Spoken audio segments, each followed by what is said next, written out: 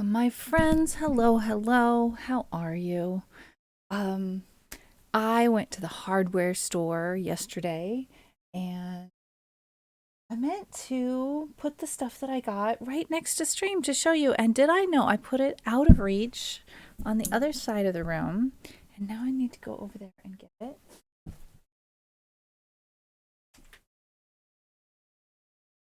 Also, I sat on my glasses right before the start of stream and I bent them all up and I'm very sad. They kind of still work, but they fit weird. They fit snugger. They're like this. I think it'll work. So I got a bag of 5 of these thingies and this little threaded pipe thing, which is called a plumbing nipple. Don't know why.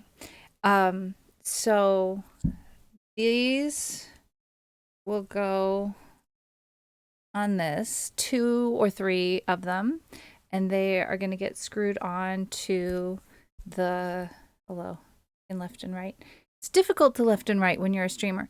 They'll get bolted on to the side of the desk, actually that side of the desk over there, way over there, and then the post of the end of the mic boom will drop right in there, and it's this is a tiny bit too big, but I could maybe, if I need to, put some like electrical tape to snug it up. But anyway, that's the plan with that. Very exciting. I knew you all just were dying to see what I got at the hardware store. So now you know.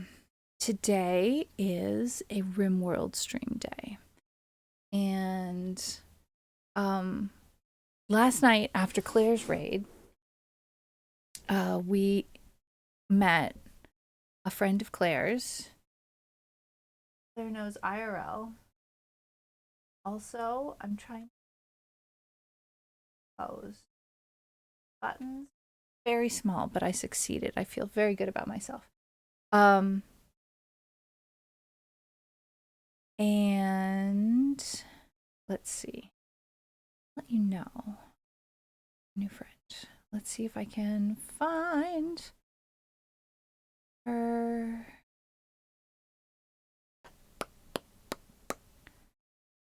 Mi estas tre felice vidi kion vi aĉetis. Dankon, vere nekoninda. Vere nekoninda is someone who knows how things work and how to make things.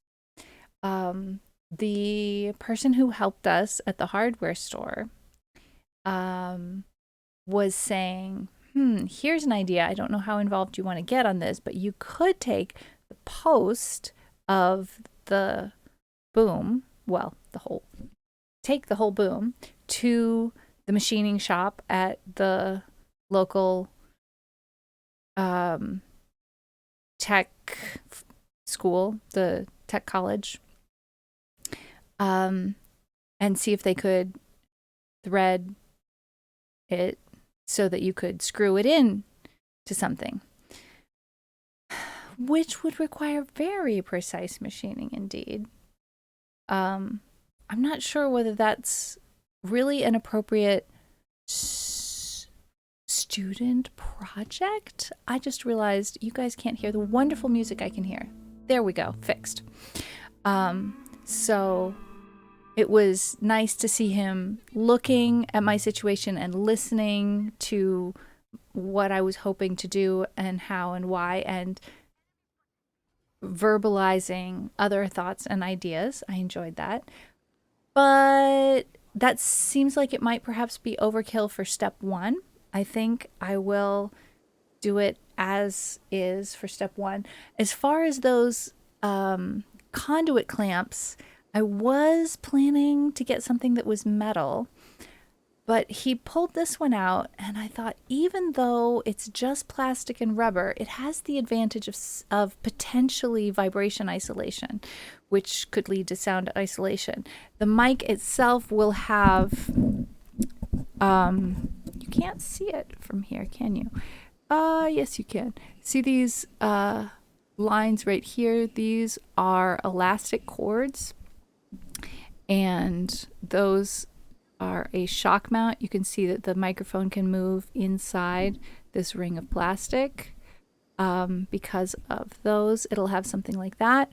So it'll have a shock mount on this end, but these plastic and rubber conduit clamps will provide some sort of shock mounting on the other end as well, which maybe not a bad thing. And if I test it out and feel like, oh, that's not going to be sturdy enough, I do have the option of putting 3 on instead of 2.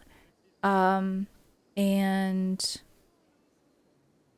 if it's really not sturdy enough, then I can go back to the hardware store and try and find a different type of conduit clamp, a sturdier type of conduit clamp. It was not quite as easy to find things that were the right size as we thought. I'm very glad that we took the boom with us, because it was surprising how difficult it was to find something that just fit. It seemed like most things were just a little bit too small. Verene konida antavidas ke ĝi estos bone fortika. Mi ege ĝojas aŭdi tion. Ĉar mi fidas je via okulo kaj opinio pri tiaĵoj. Verene konida says that he expects it will be well sturdy enough, which makes me very happy, because I know that he has the kind of experience to look at a project and listen to the spec and envision the likely result given what the person is attempting to do. So, hooray! That makes me feel very good. I think, let's see, I have today or tomorrow, I have a plate coming to go in between the mounting pole for the monitor mounts and the desk to protect the desk and make everything sturdy. I can't remember what that's called. That's coming today or tomorrow. And the amazing news, you all who were here on Monday saw that White Dove came in and said, oh, I have a microphone that's very similar to the one that you've just unpacked out of the box right now. If you'd be interested in that, if it would be sufficient, you could have that. And I was very taken aback, because White Dove has been so incredibly generous to the stream already and provided us with a piano, which I'm excited to be setting myself up to make better use of than ever before. My piano skills were not such that I wound up feeling comfortable attempting to both play piano and sing at the same time. But now that I'm going to be a looping streamer, I get to do one thing at a time, so it will work. Well, Threobologist, I don't know. I don't have the box, but it's not, I think, designed on that level of spec. Nobody expects somebody to be kludging something together by themselves. They gave, within the box, there was a clamp, but I can't use a clamp because I don't have a desk that looks like a table with legs and access to the side of the desk, the side of the flat surface of the desk. I have a flat vertical surface on the side of my desk that's quite thick and sturdy. It's not press board, it's not even plywood, it's wood. And so I had to figure out, and also because of having to switch back and forth from the piano to the desk, I had to locate the the non-business end, the support end of the boom mic, exactly in between the piano keyboard and the desk, which is basically the side of the desk, in order for the boom to be coming to in front of my mouth from in front of my body, no matter which location I was sitting at. Because otherwise, if I had mounted the back end of the boom into the surface of the desk, given the width of that big thick piece of wood that's on the side of the desk, it would have been well inside the desk, so well to the left of the right side of the desk. And when I sat at the piano, the boom arm would have been coming from behind my back across to my mouth, which probably would have been very annoying. So basically the answer to is it made in America and which spec is it made on, I don't know whether it's made on either one. I was hoping that it would have like a place to screw in the bottom of it, but it's just a cylinder of metal. Via solvo estos pli efika ol crampilo. That's the other thing. Vere nekoninda is saying that the clamp solution is the lesser of the two solutions. And I absolutely agree. I feel so sensitive about upgrading my mic. I want to protect that mic at all costs. And my current solution is not sturdy enough. My boom does fall. Not all the time, not every stream, but it happens. And I do not want that to happen with this mic. Instead of getting the protection plan for the audio equipment, I'm getting instead hardware to protect it and installing the hardware in a sturdy way to protect it, which is going to last a lot longer than a 3-year or 4-year insurance type program. And I think it's the better solution overall. Very happy about that. So back to the story about White Dove, who was so generous already with the stream and gifted us a piano keyboard, which is going to be able to do, I'm going to be able to learn to do so many different things with it. It can make more noises than a physical, make more different kinds of noises than a physical piano can, let's just say. And I'm looking forward to all of the experimentation that I'm going to get to do with that. But she came into stream while I was doing the unboxing and saw the microphone I was unboxing and said, I have something very similar. If it suits, you can have it. And I was kind of struck wordless, and we talked after stream, and it's from the same brand. It's a very high quality mic. It's an entry level XLR mic. The mic I ordered is very much next level technology. It's the most advanced mic from that brand. It's a very good brand, Rode, yes. And yet there are literally only 2 differences between the mic she was offering me and the mic I had bought. Neither of which were absolutely necessary for the stream. Both of which were only kind of helpful in other ways, not specifically necessary for streaming. It's not that streaming is going to be the only thing I'll ever do with this mic, but there was nothing that wasn't 100% great about the mic she was offering me. And I hopped on a phone call, a Discord voice call with her, and she explained that she had told me this before and had offered me this mic before when I didn't have a mixer, couldn't use an XLR mic. And she explained she had won it from that violin chick who streams music on Twitch, as you can probably imagine from the name, who had gotten it, is a part of a promotional something and was passing it along to her stream community. And White Dove had planned to regift it to a streamer right away, but she found that streamers fell into two categories.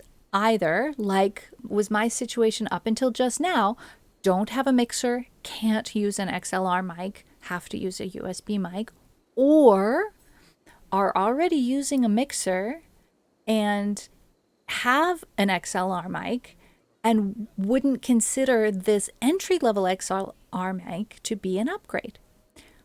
Well, here I am literally just starting out with a mixer, needing my very first XLR mic. An entry-level XLR mic is exactly what I need. And now when I say entry-level, I mean it doesn't have millions of bells and whistles and the most advanced technology, but it's a very, very high-quality mic. I am super happy with it. So I fall into a very narrow category of people for whom this particular mic that she had sitting in the back of her closet since almost a year is perfect. Oh, I almost just knocked my drink over. That was scary. I'm slightly extra caffeinated today, or let me rephrase that. I'm differently caffeinated today. I am doing some different things having to do with the caffeine today. We'll see how it goes. Triabologist has got all of the Rocky Road and the hardware store songs in his head today. So, about the hardware store, I think finally I have gotten to the point where the word hardware store in Esperanto is now accessible to me at any moment that I need it. It took me months to get there, despite the fact that that word, ladageio, was in the story that I translated for Mirtis. The word appears in this book. Verene Koninda probably remembers the discussion we had of, hardware store. Now, what's the best way to express that? You would think that I would therefore have had it just completely, permanently entered into my brain database. No, it took many times of needing the word hardware store and not finding it right away and having to go look it up again. But I remembered how I figured it out the first time with Verene Koninda's amazing assistance. And so eventually it got in there, and now I'm happy to say it's part of my accessible vocabulary. I'm very happy about that. What other story time do we have? Maybe we should get going on the game and save any other story time for later. And I just realized that somehow Twitch opened a window. I don't know how or why. And you guys have been listening to a Valorant streamer for a while, which I didn't know. So sorry about that. I hope that wasn't terribly loud. I think it wasn't loud. It might have been quiet enough that you didn't notice it. Please always feel free to give me feedback on the audio. If you don't hear things that probably should be you should be hearing, or if you do hear things that you probably shouldn't be hearing, I would love to know about that, because usually there's something that can be done. I don't know why Twitch opened a window there. That's interesting. No excuse. All right, I already loaded the game because I needed... One second. That shouldn't happen again. All right, I needed to check on 2 mods that I installed after visiting a new to me RimWorld streamer. Last night I discovered a mod for making labels on the floor for what a room is for, and bubbles for conversations that go on in between people, so that we don't have to go into the menus and into the social tab to find out what people were talking about. We can just enjoy seeing what they're talking about without going through any of that rigmarole. So I had to test to see if those were going to break the game, and it looks like they are not. So, we are currently a colony of 6. Our newest member is Dela Cruz, who just came home with us and is up for adoption by anyone in chat who would like to play along with us.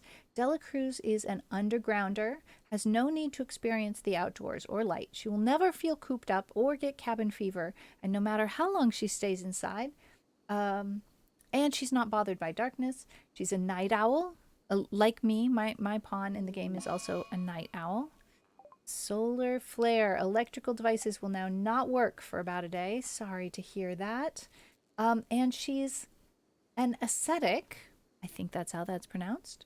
Forsaken physical comforts and enjoyments in favor of a simple, pure lifestyle.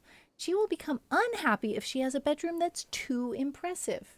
She also dislikes fancy food and prefers to eat raw. She never judges others by their appearance. This is the best of all because the fact that people judge each other on their appearance in this game, which is only human, can cause some serious problems at times. It's very difficult for people to get along if anybody has an injury that affects their face or their ears or their head in any way, I think.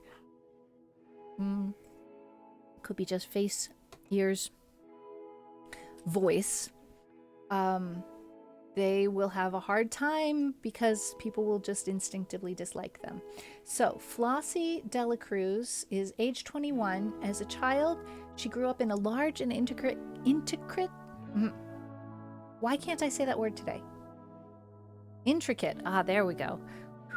Cave complex that extended deep into a mountainside. She helped the adults maintain and improve the deep caves. Construction +3, mining +3, which also might explain her being an undergrounder. And as an adult, is a treehouse builder. Built houses among and sometimes suspended in the trees for her people to use while traveling or foraging. Learned how to best use and find wild plants and how to fight off wild animals. Melee +3, plants +6. So melee skill of 4 with an interest in melee. Mining skill of 7, interested in mining. So she learns those skills quickly, along with social skill of 4, learns quickly. Intellectual skill of 4. Plants 10, skilled professional with a major passion for plants, going to learn very quickly. And 7 in construction with a major interest in construction. Burning passion, learns very, very quickly. So this is an incredibly valuable pawn. We are so happy to have Flossie Dela Cruz with us. Adoptable today. And I need to fix her schedule because she really does prefer to be sleeping at these hours. I did that. Yeah, I did that right. That's fine. And working these hours. Now, we've got people on a lot of recreation time. 4 hours a day should be plenty, but let's see how people are doing. I did that because we were all very unhappy for a while, but it's not quite so bad now. I think we can make a more normal schedule. Let's see. I think this is good. That will allow people to have recreation time at the same time, so they can like play horseshoes together or something like that. We are building a tiny dining room here, a very cramped dining room here. This is... What does this word say? It's all covered up, but I don't need this table here anymore. I can take this table and move it here. And this chair. It's difficult to see that chair. There we go. Put that table and chair there. I think because we have these two plain leather bedrolls that we just created in order to use when we're traveling, it seems to be called a barracks, but it's actually a workroom. So it's actually our kitchen. We're doing cooking in the kitchen. We are making kibble for the animals here, and we are making beer. So we'll see what it's called once we uninstall these things here.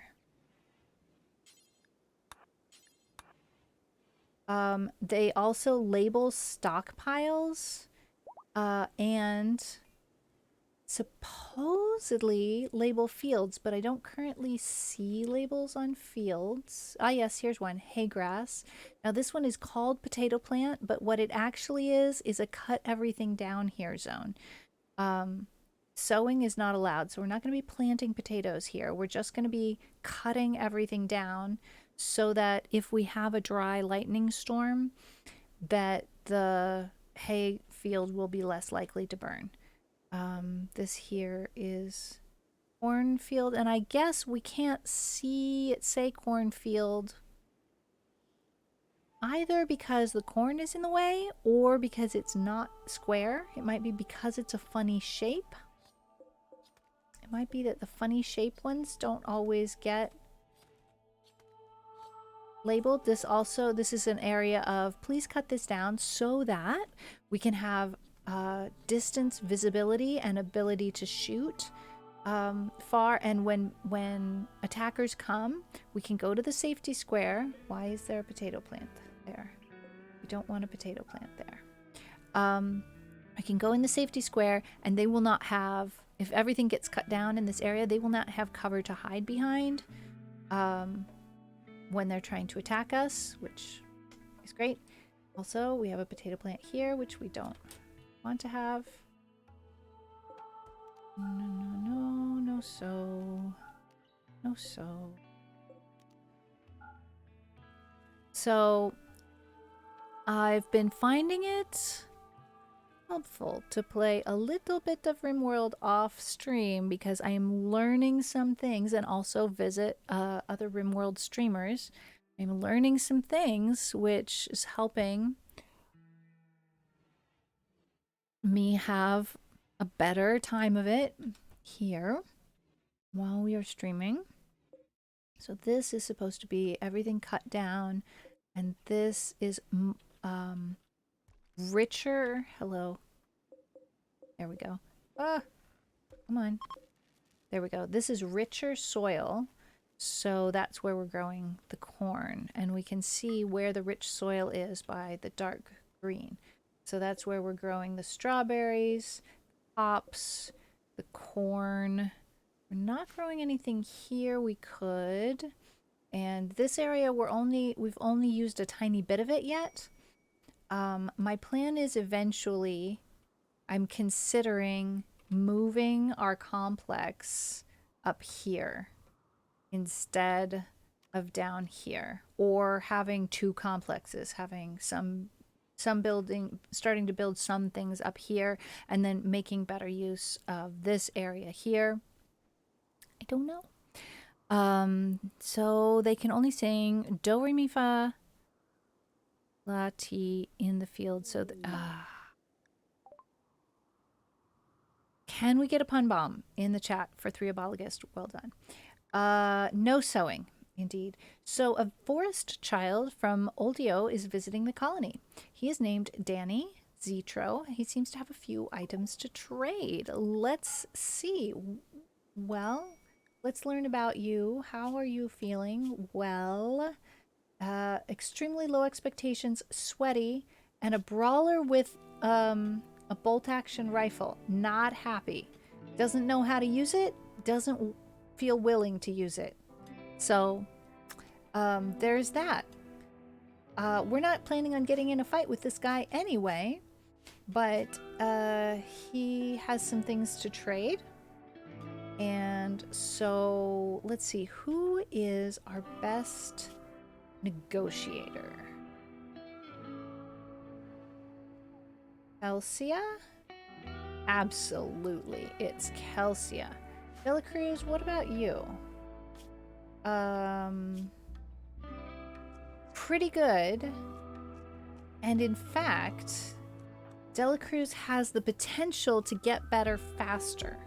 So I think even though currently Kelsia has a higher stat, I'm going to have Dela Cruz do the negotiating with Dan when you wake up. I understand. You're a night owl. So later this afternoon or early this evening, that will be fine. So now that we have disassembled or uninstalled, I should say, these plain leather bedrolls, wait. Why did the lights go out again? No, our batteries are empty, but why is this not turning at all? Auto cut. There's nothing to cut. I'm so confused. Auto cut, cut now. Auto cut, cut now. Auto cut blocking plants. Yes, cut now. I still am really struggling to get these windmills to continuously turn. They are producing very small amounts of electricity and our batteries are not filling up. And our batteries got completely emptied because we had a solar flare that shut everything down. Yeah, no, it wasn't just the solar flare. A moment ago, neither of these two wind turbines were moving at all, and now they are. And we didn't do anything. I don't know what the difference is.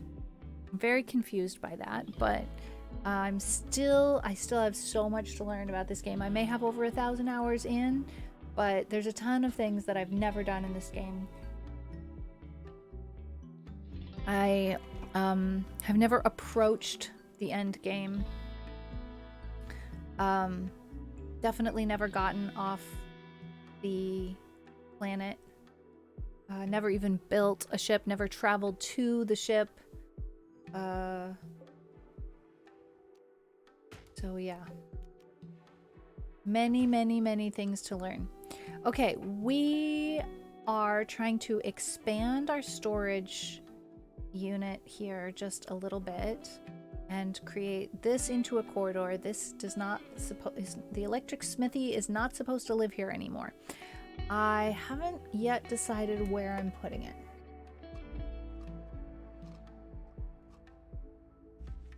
I think I might put it in one of these rooms for now. Maybe this one, because we've got it's a workroom. Got a lot of workroom stuff going on. And so I think let's order this to be installed. I kind of want to avoid this area here if possible. I'm going to move the door over.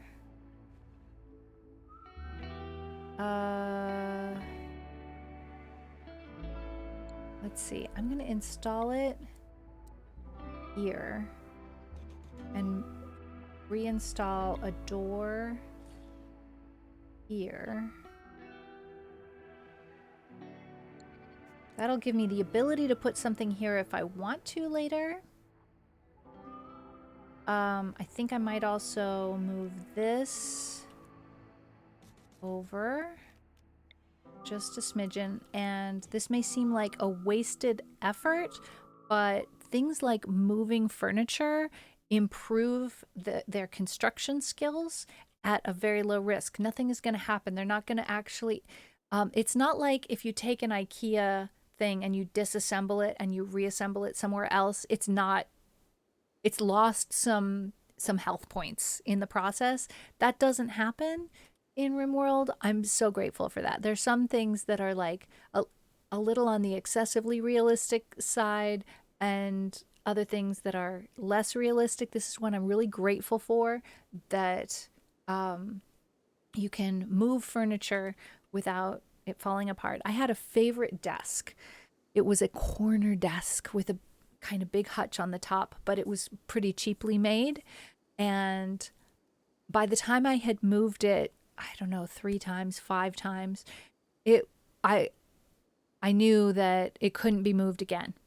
That was it.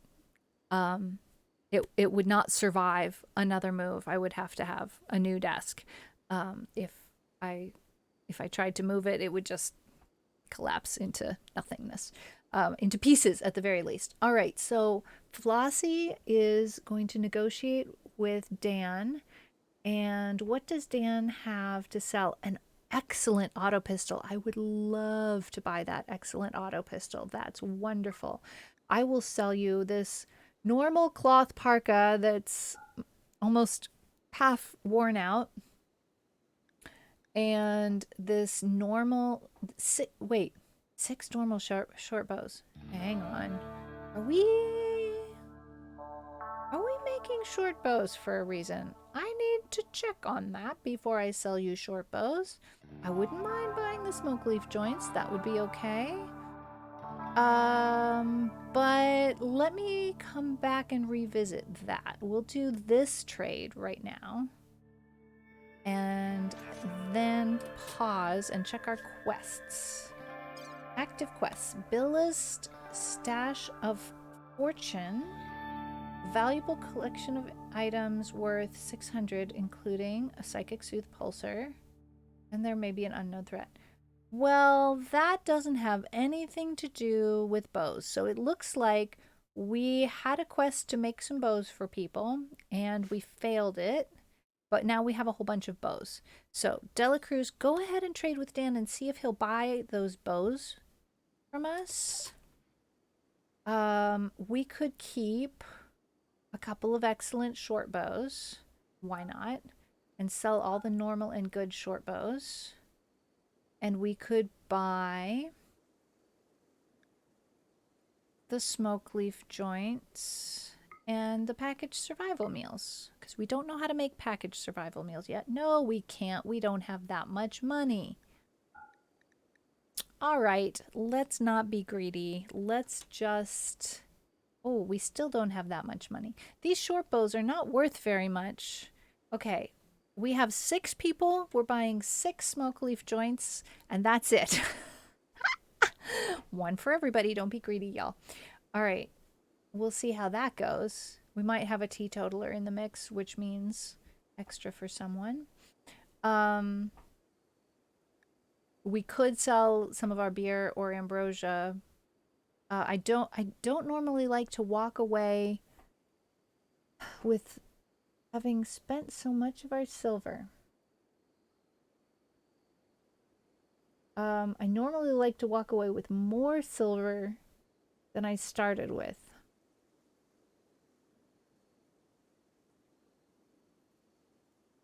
And you know, the other thing is,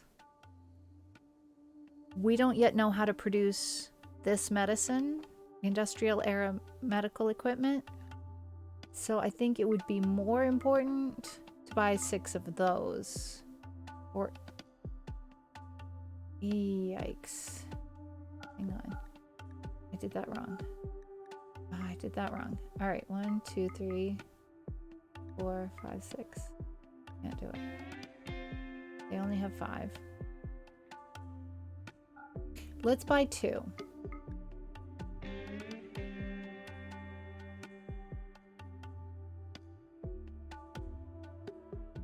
Anything else we can sell?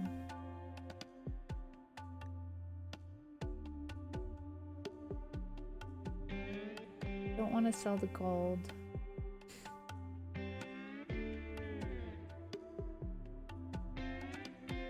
I think we need to just start making more stuff. This particular trader neither brought a lot of things nor is interested in a lot of things. So when we come across a trader who's willing to buy some animals, we will be able to make some money. I think I need to be content with that. We can harvest some berries around the area. And I'm harvesting these accidental potatoes that I didn't mean to plant, but that happened. Let's see, this alpaca, we just got back and we haven't unloaded everyone. Oh, look at that. We already have some smoke leaves, so that's fine. And in fact, let's have a quick look here. Might be that some of the animals have something worth selling. No, nothing worth selling. That's okay. Let's make sure that we have a plan to mine. Oh, whatever this rename thing is, that's new with the mod that I just installed. So I could I rename this? Oh, look, here's the name. Potato plant. Potato plant. Just can't see the name for this cornfield. Oh, no, I don't have a rename button there. All right. Confusing.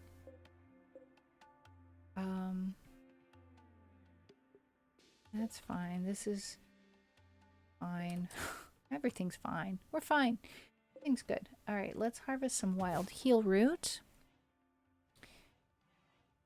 Because we can't make regular medicine yet, so basic herbal medicine is something that we should continue to produce. Villa Cruz, what are you doing? Oh, you're playing. That's fine. Recreation is important.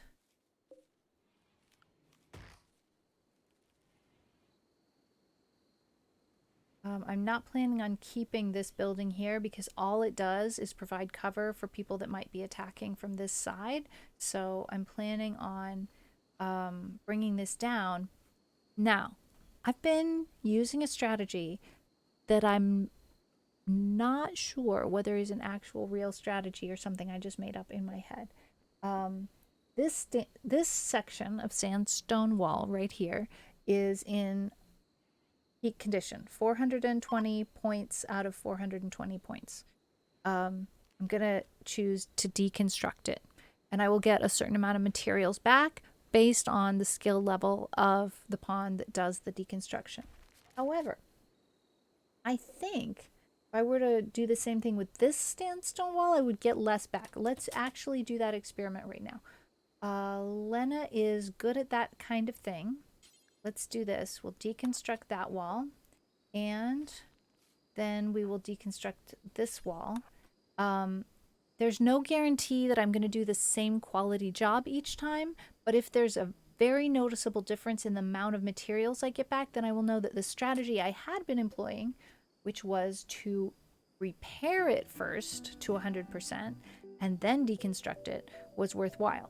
The other thing that's potentially worthwhile about that strategy is it gives an opportunity to increase one's construction skills with zero risk of wasting materials.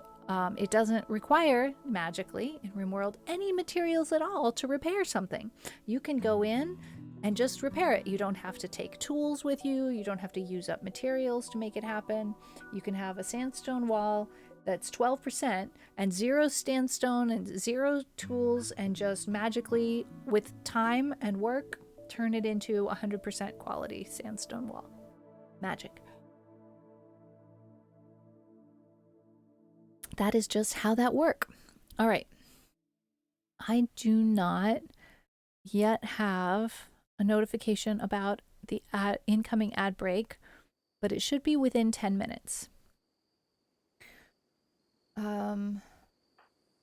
I'm currently sowing a field of hay, which is good, but when I'm done with that, I'm going to come and do this experiment down here, which I'm very interested in seeing. What will the results be?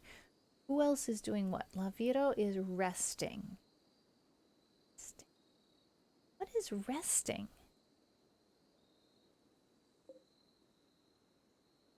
I don't understand what is resting. We have sleeping here.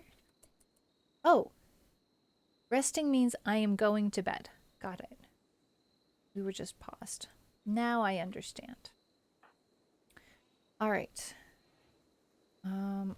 Organizing things and digging at the steel. That's very good. When you're done with that, could you bring back this silver? That would be great.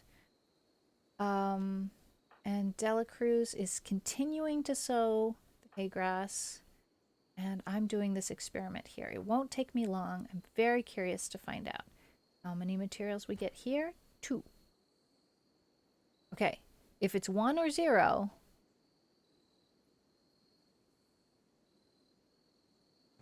3. Ah, that's hilarious. Okay, luck of the draw that it was bigger, but that means repairing it serves only one function, and that is to increase one's construction skill. Elena's construction skill is 11. I think I don't need to do that. Anybody else really need practice at construction? Kelsey, a 5 with a minor passion. Bella Cruz, I don't think we need to do it. I think I can just say, forget that. Let's deconstruct the whole thing. I'm so happy to know that now. When I have a very low level pawn who needs to gain skills, that's the way to do it. Like, for example, if I send a group of people on a caravan trip and they need to do some construction but don't have the ability to construct the thing that they need while they're there, they could go around repairing the existing half-demolished structures that are on the map in order to gain skills to build the thing that they need while they're there. That would be a great strategy. Right now, we have other things to build, and I don't need to be wasting anybody's time repairing this stuff because we have enough skills to build the things that we need. We have less time to do it than skills to do it with. Stella, would you clean the hospital when you finish drinking your milk? We don't. If somebody's drinking milk, that means either they prefer raw food, which I don't think Stella does, Dela Cruz does, or we don't have meals. We currently do not have meals. Oh boy. So, Lavito, when you get up, would you be willing to do some cooking? That would be great. Dela Cruz is getting some ambrosia from Elena. Excellent. This, I don't think I am going to completely deconstruct right away. I think I'm going to gradually reconstruct it. Matter of fact, I'm going to deconstruct parts. Let's start by claiming the whole darn thing. Now, if people have nothing to do, they will go ahead and repair it. We're not at that point. Nobody thinks that they have absolutely nothing to do. We're gonna order the deconstruction of some parts of this that already obviously don't make sense. And what kind of a wall is it? Marble. Have we got marble in stock? Limestone, marble. We have some marble. Do we have marble resources? Granite, slate, steel.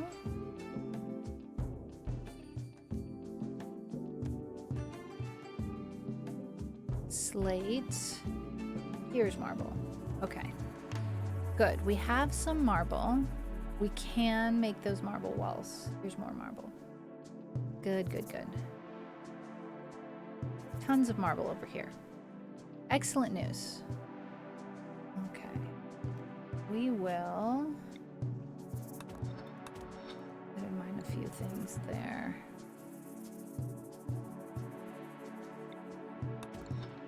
Okay.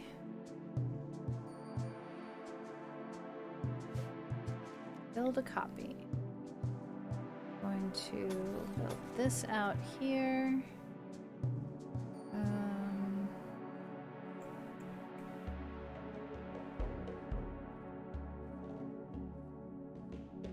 This here.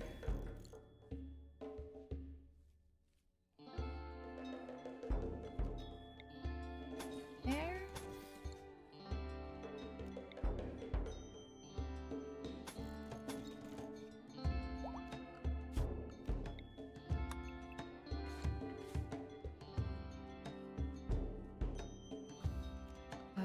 Floors. Remove floor right there.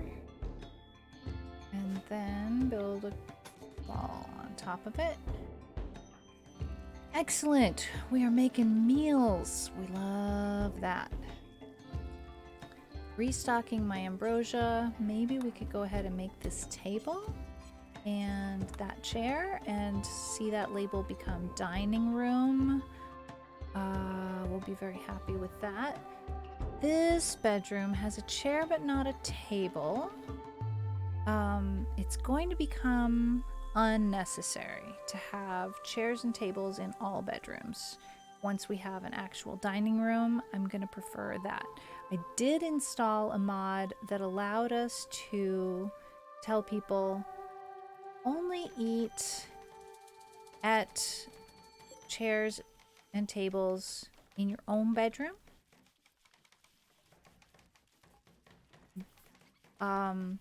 The settings for that mod include any colonist can eat here, or visitors can eat here too. So I have mixed feelings about our new dining room. I think for now I'll allow visitors to eat there. Unfriendly visitors certainly won't eat there, but friendly visitors might come in. The problem is they sometimes come in with their muffalo, and I really don't like muffalo traipsing through my dining room. I might feel differently. I might make a different call once we have carpet anywhere. I don't really want the muffalo on the carpet. Call me picky. But their hooves just tear things up like you wouldn't believe. Crafting spot. We don't need the crafting spot there. Where do we want the crafting spot to be? Maybe in this room? We could put it here. And this doesn't have a label yet. Why? Because it's not actually a room. We're missing some wall.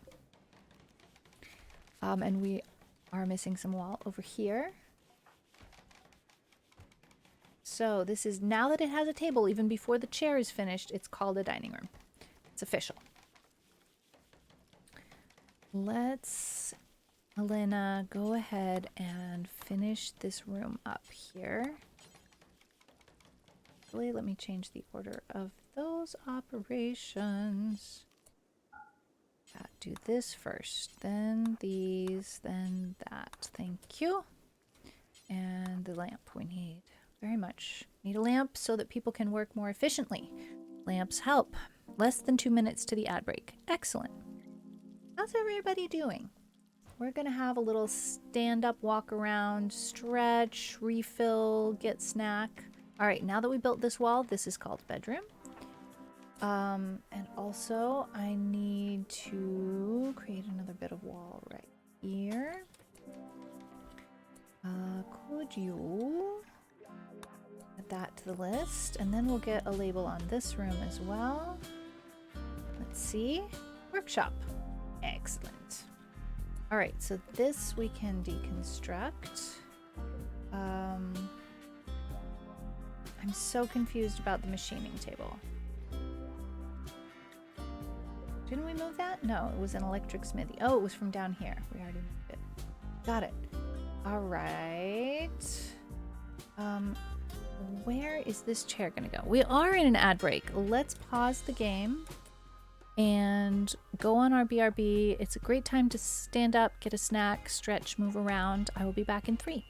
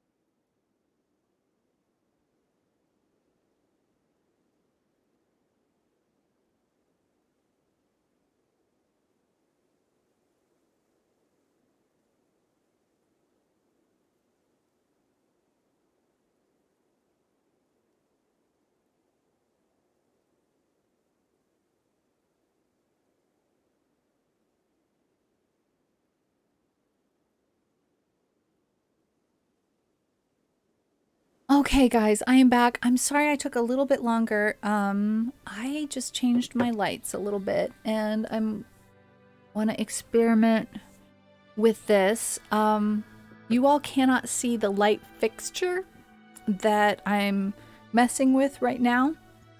I generally have my lights off when streaming, which I have.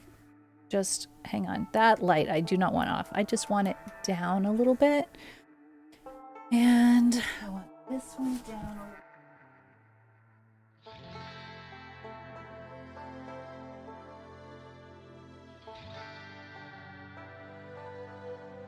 Okay, so I have these new light bulbs in my ceiling fixture. You can't see the fixture, but you can see what the lights do. And most settings are going to be way, way, way too much light for stream. This is... I see a flicker in the camera. And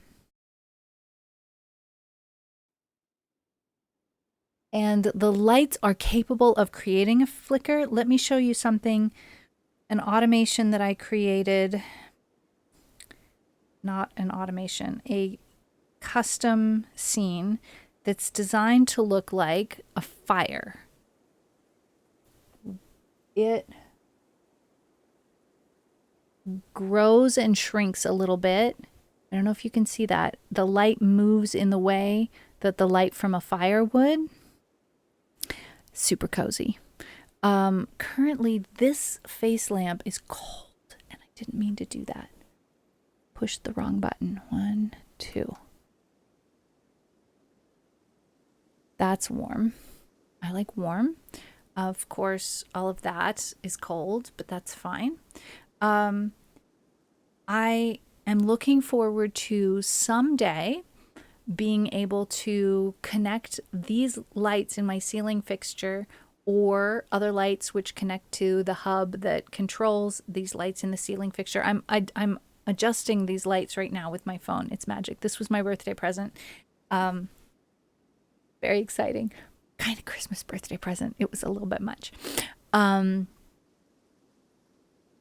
so I have gone through some of the pre-made dynamic scenes to pick out some that are really fun. It can change colors. And all of these scenes have different names. This one is called Festive Fun, and it's like purple and blue. Got Golden Star, which is kind of like yellow and orange. And colors are moving. I find this really, really amazing. This one's called Jolly. It's purple and green and yellow and blue, and it's just fun. So hopefully I'm gonna learn how to make it able to be controlled by chat. This one's called Color Burst. Lots of pinks and purples. Arctic Aurora. Blues and greens. Tropical Twilight, kind of peachy purpley colors. Resplendent, also kind of pink and purple. Different one. Emerald Flutter. Oh yes, we have a light scene called Forest Adventure. Is that appropriate for RimWorld? We're back to cold again. So yeah. Oh, here we go. Vaporwave. Very fun. Orange and purple and... Anyway. A lot of these are just a lot of light for about this? Way too dim for you guys to see, I think. All you see is flicker on the back wall, right? That won't work. This one is one I created for myself. And without seeing the actual bulbs, what's happening is each of the bulbs is going through the colors, but like imagine a color wheel. Each of the bulbs is on opposite sides of the color wheel and it's rotating through, and it's very, very, very dim. So it's slightly entertaining, but also dim enough that I'm using this color scene to convince myself to just get in bed and be just bored enough and just entertained enough to just go to sleep. Let me try and show you the actual fixture and what it's doing. This way. It cycles slowly. And the way that the camera picks up light, it picks up so much light that it's not actually able to see what's going on very clearly, because the camera is just way too sensitive to light. And this is at very, very, very, very dim, but it still looks super blown out, but it's just cycling slowly through colors there. That was something that I invented for myself based on, okay, story time. Something that happened when I was a very small child. When I was a very small child, let me pick something that works better. Ooh, that's bright. That's bright. That's better. Okay, when I was a very small child and I was at my grandmother's house for the holidays, all of the adults got to stay up and play card games and board games, and I was sent to bed in the room right next to the room where they were playing and laughing and having fun. Plus, to add insult to injury, the pillow in that room hadn't been used in a very long time and was full of dust mites. And I was like, my eyes were just streaming tears, and it wasn't tears of I'm left out. It was tears of I'm snotty because I'm allergic to dust mites. And I was aware that it was the pillow because it got so much worse every time I laid my head on the pillow, but I was told not to come out of the room. And I knew I would get in trouble if I came out of the room. So I kind of like wandered around the room and couldn't put my head on the pillow for most of the night. But anyway, when I was sent to bed, I said, but I want to do something fun, not go to bed. And my grandmother said, the only fun thing left for you to do is to go to the blanket show. And I was so excited. I said, what's the blanket show? Because I had never heard that phrase before. And my grandmother just laughed and laughed. She said, when you go in your room and lay down and put your head on the pillow and close your eyes until morning, that's the blanket show. And I was so disappointed and so disillusioned. Hi, Cherry Bell. How are you doing? Can we get a shout out for Cherry Bell? I was so mad, and like it stayed with me forever. This moment of, oh my gosh, the blanket show. That sounds like, what is it? A kind of a puppet show, or it sounds so exciting and fun. And so when I made this chasing lights scene, I named it in my Hue app the blanket show, and it gives me such a chuckle. I really get a kick out of that. I meant to make tea when I was on my break, and it turned out that I needed to deal with something else instead. Guys, I really need tea. I have this. I might have to break just a little bit early for the next break so that I can make myself a tea. Also, where did I put my glasses that I sat on right before stream? So sad. Skate, welcome in. How are you doing? Bonne vidivine. All right, let's go back to our game. we got good stuff going on. Cherry Bell and Skate, I installed 2 new apps. One of them gives labels to rooms, and the other one gives little bubbles that show what colonists are talking about with each other. So Stello has already left the room, but we still see this bubble from when Stello and Lavito passed by each other and they talked about charity. I hope you will try RimWorld, Cherry Bell. If you wind up streaming it, I would love to watch you stream RimWorld. I really like this game. It's definitely a love it or hate it game. I think some people get frustrated by it. They say about Dwarf Fortress that the point of the game is losing is fun. And some people say RimWorld is just like that, minus the fun. I personally do find RimWorld fun, but you need to know that the ability of minute control of things is something that you can go deep into to the point of driving yourself crazy. You can also just totally be laissez-faire and hands-off and let your colonists make all their own decisions and barely do anything. It's important to know that the point of the game is not winning. It's more of a story generator and less of a game. Mi ne comprenas, Tiun Ludon. Well, I think the best short description is it's a story generator.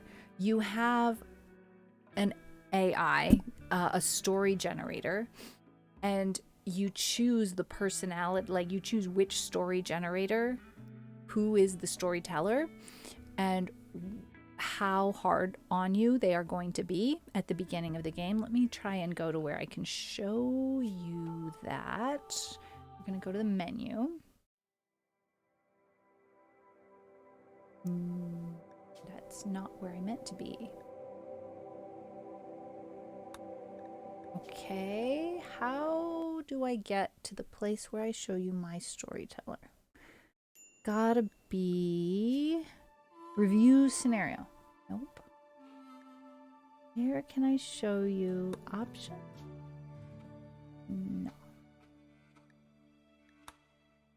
These are my mods, by the way. Guten Abend, Mokona. Wait, I thought you were a French speaker. Now I'm confused. All right, we're going to go back to the menu. And in order to show you, I'm going to click the new colony button. And I'm just going to click next until we get to the storyteller. So here's your AI storyteller. The AI storyteller creates events, resource drops, pirate attacks, animal attacks. Their choices will affect the story of your colony. You can change the settings. I haven't figured out how to get there, evidently. Cassandra Classic is your default, but she creates story events on a classic increasing curve of challenge and tension. She'll push you with dangerous events, give breathing room, come back to push you once more. But you can choose how difficult. Very easy, peaceful community builder, adventure story, strive to survive, blood and dust, losing is fun, or custom. And you have to choose whether you can go back to a prior save game state or whether it's permadeath, no chance to go back. If something bad happens, it happened, and that's just facts. Phoebe Chillax, it gives more time between events, but she can still be very difficult at the higher adventure levels. I usually choose community builder, sometimes peaceful, rarely adventure story. Randy Random, on the other hand, doesn't follow rules. He'll generate random events. He doesn't care if they make a story of triumph or utter hopelessness. It's all drama to him. Since Randy is truly random, he will sometimes send extremely difficult or unfair groups of events at you, things that you cannot be prepared for. It makes for high drama and unavoidable sacrifices. A lot of streamers choose Randy Random. Oh, it's 20% off. let me tell you, this game does not go on big sales. I think 20% off is as high as this game ever has been discounted. I think 10% is maybe the amount discount for a DLC. The newest DLC has not yet ever been discounted to my knowledge. I really enjoy the game. It does have some things in common with Dwarf Fortress. In one direction or the other. I'm not sure which came first. I've started to play this game once. Everyone got sick. I was attacked. Everybody died. This is absolutely to be expected. And that's, I think, what makes it such a good game to stream, because crazy things happen and you got to just roll with it. And I have seen streamers start a colony 5 to 10 times in one stream session because they're playing with a solo survivor on a very hard difficulty level, and it's just crazy. It's much more of a game where the expectation is you experience a story, or you play a story out and you make choices, and much less a game where the expectation is to win. You cannot expect to win and have any fun. So that's what people are saying when they say that this game is very similar to the losing is fun in Dwarf Fortress, except minus the fun. If your expectation is I will win every time, you will definitely not have fun. If your expectation is I will experience a dramaful story, you might enjoy it a lot.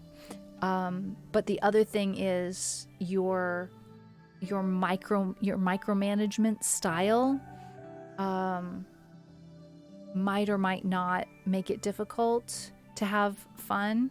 I kind of swing back and forth in both directions between hands off and micromanaging. If you need to micromanage, you can push the pause button and tell people all sorts of things to do. I sometimes get myself in difficult situations, more off stream than on stream, where I have multiple locations on the map with groups of colonists. The onboarding slope is rather steep. Probably it needs to be played a bit to understand. I can spend, just like with Skyrim, much of an entire stream starting a game if I want to go really slowly and analyze every nuance of the game start. I can spend an entire stream starting a game. It's the same with The Sims. You can spend an entire stream doing character creation and building your house before you ever start actual gameplay. You could do an entire stream on character creation and an entire other stream or multiple streams on building your house. Some people only do that and never do any gameplay in The Sims. So there's many ways to enjoy the process. My guess is if you're not a process person, you might get frustrated with the level of details, because there's a lot of menus, a lot, like I use a mod that makes the work priorities more detailed, much more detailed. I can drill down into about handling animals, who does what at what priorities. Here's something I've never gone into. You can say who does what at what priority level when. You can change your priorities by time of day. I've never messed with this. This to me is insanity level control. Someday I might do that. I will probably mess with that off stream first to learn how to do it rather than on stream. But yeah, also there's lots of mods. Let me show you. Nope, that's not where I show you my mods. Options? Mod options. There's lots of mods. Some computers may not run well with many mods at all. It's a pretty demanding game. I sometimes play with 0 mods. Currently, I'm using these for mostly quality of life. Makes them make more intelligent decisions in terms of their pathing and things like that. We've got a dirty freezer, walk-in freezer. I know you're hungry, but let's clean a bit first. And also, why is the bunny in there? The bunny said no animals inside. Ah, inside grew. Let's fix that. Architect zone. Clear. Oh, no, wait. Grow allowed areas. No animals inside. That's wrong. Clear allowed area.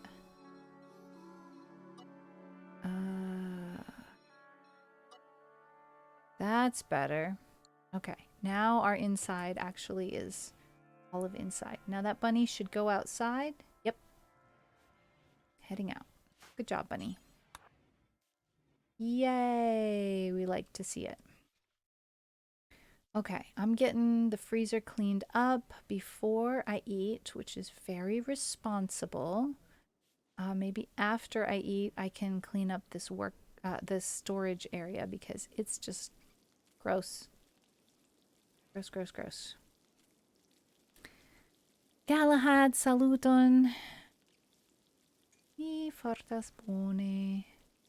Okay, I'm gonna eat a meal. After I eat, let's come in here and clean up because this is disgusting in here. Really need to get this tidy. Not just tidy, but clean. Let's see. Melody is making moving the alpaca wool to the barn. We can store the alpaca wool in the barn. That's fine. That'll give us a little bit more room here. We could also store wood in the barn. I think we have a storage area for wood in the barn. I think it's okay to have a little bit of both. Maybe let's do this. We're going to make this storage area smaller and higher priority. So we're going to have a small amount of preferred storage for wood. We'll fill this up. And then once it's full, all of the other wood will get stored in the barn. I think that's good. I like that. We have some potatoes to haul here. We need to do some butchering. Laviro, could you please, after you cook those meals, do some butchering? Don't want to waste any resources. Let's see. We've got cloth, which means we're going to be able to make carpet. This is going to be Melody's room. We have carpet ordered here, and we haven't installed it yet. We just have other more important construction priorities, frankly. But we have 2 people working on construction now with a certain amount of skill. Very happy about that. Who's starving? Laviro, you're making food. And starving? Hang on. Clear prioritized work. You're gonna eat and then keep working. Mi pensas que mi ne sendis foto de mia ĉapelo. Oh, ne presendu al la Discordejo, se vi volontas. Mi ŝatus vidi. Let's see. We got mostly cleaned up here. This is pretty good. Oh, Melody tamed an alpaca. Good job. So part of the speech bubbles will also be getting to see people talk to the animals. Let's order some mining to be done here to get these steel resources. We like them. And yay, we have a little bit of power in our batteries. I'm so happy. Low food. Yes, I know. We're working on it. We are working on it. Let's see. Dela Cruz, you are... Did you just get up? You're supposed to be sleeping right now. But you're...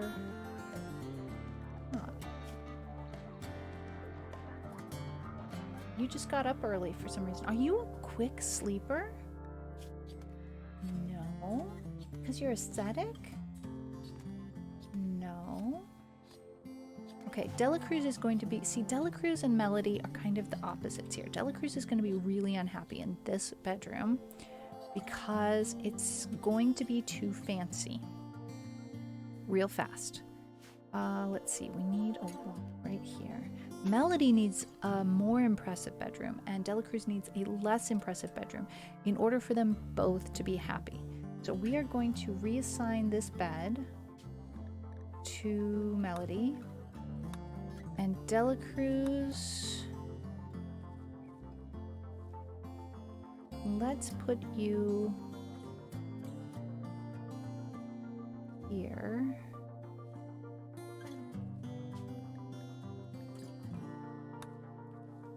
And Stella will put you... No. We'll put you here. Good. All right. Why is this lamp off? Do we not have electrical cables going far enough? We don't. Let's run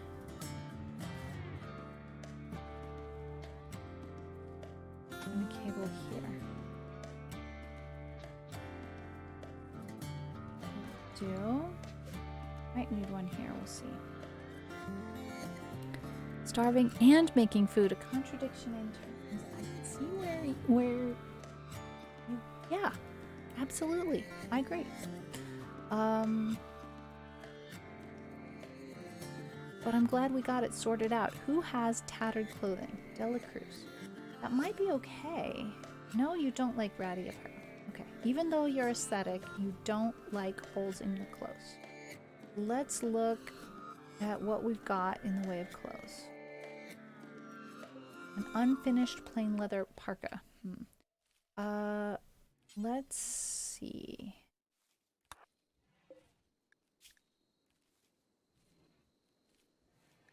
We're gonna move pants and t-shirt up. It's still summer. We're gonna need to deal with heating and cooling real soon.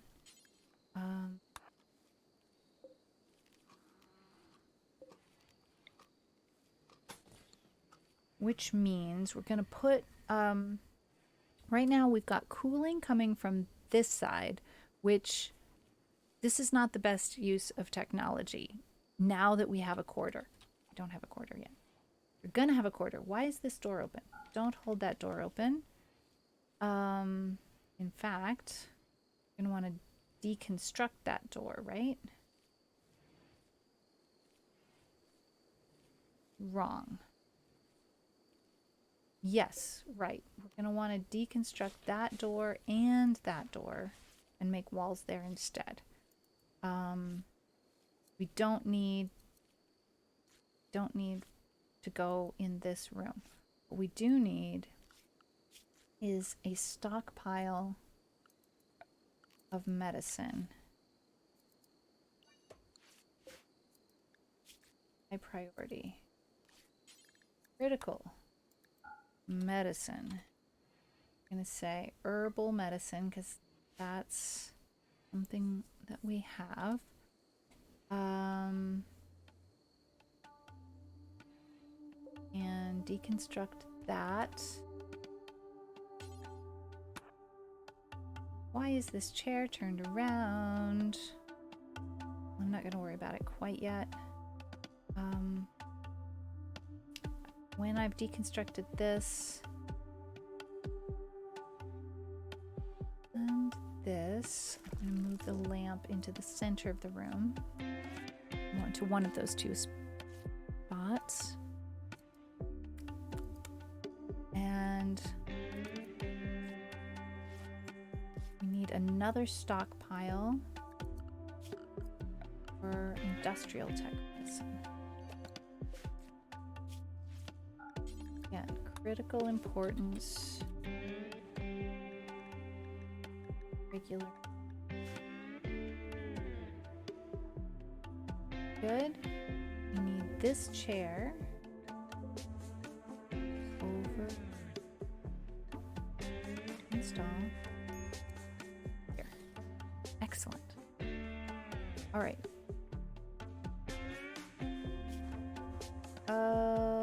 Delacruz, you should be able to go get clothes now. Got these pants here.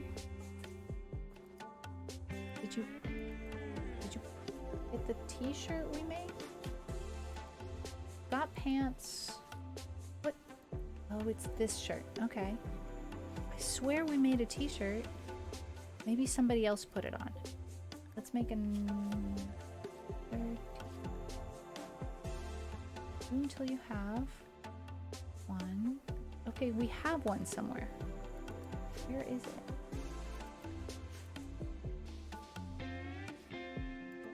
Don't know where to find.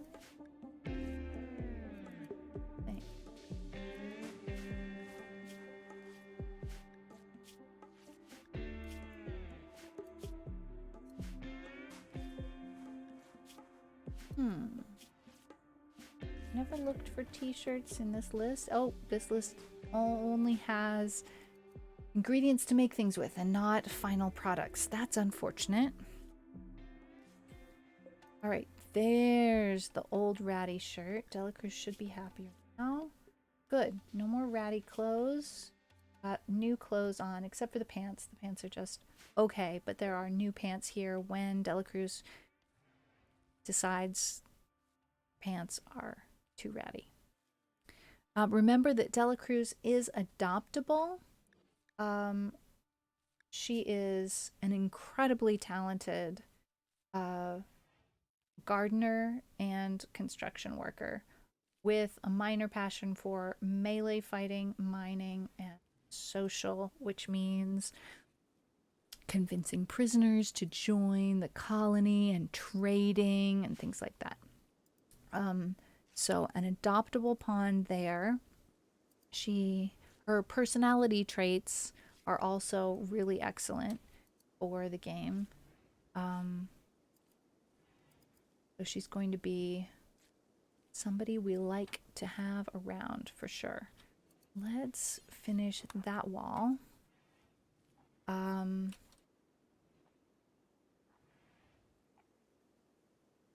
Why is this corner different? Oh, what? It's the floor? I'm confused about that. Let's try and figure this out. This is concrete. That is rough-hewn slate. Okay, well, I guess we can live with rough-hewn slate. That's fine. It's not the highest priority. We could enjoy a few more chairs.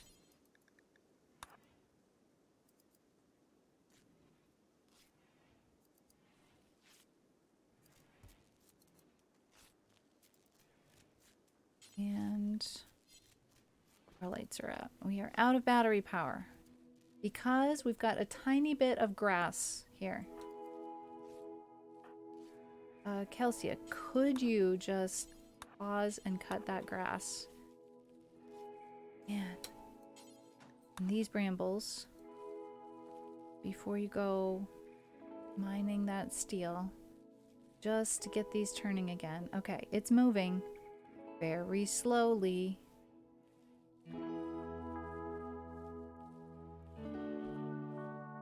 I feel like, oh yeah, Melody is trying to tame the Muffalo by showing a relaxed attitude.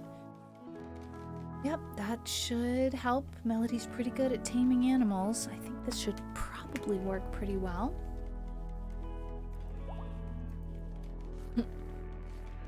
Being relaxed and then shouting. It worked. We now have another Muffalo. Very cool.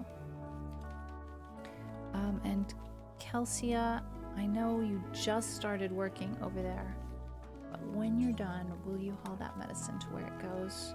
Because it will just degrade sitting out there in all kinds of weather. I know it's not much much weather right now. We just don't have enough electricity. Lights are going on and off all the time. I wonder if having alpacas standing here is going to be as problematic as tall grass and brambles is. Melody is going to try and tame those alpacas and take them to a place where they will not be blocking the flow of the wind turbine. It seems like they're not actively blocking the wind turbine. The wind turbine is creating some electricity here. You can see by this yellow bar. So that's something, at least.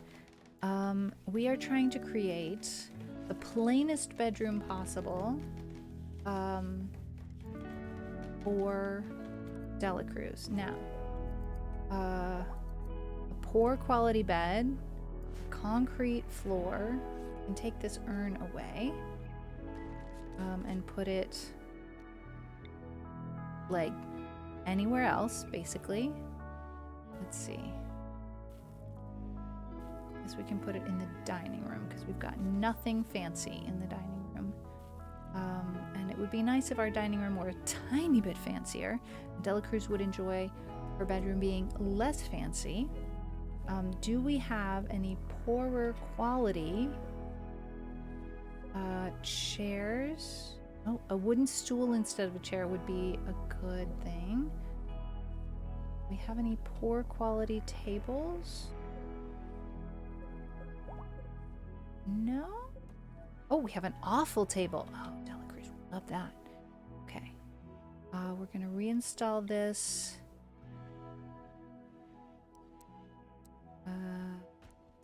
Here, I guess. Actually. Oh, well, it's alright. It's fine. Uninstall that. Delacruz loves roughing it. Absolutely. Elena, when you wake up, you could move that. And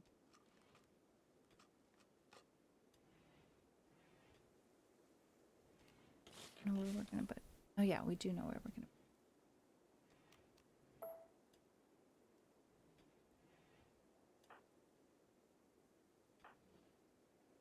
Wake up, could you move that chair? That would be great. Okay. Something smells so delicious.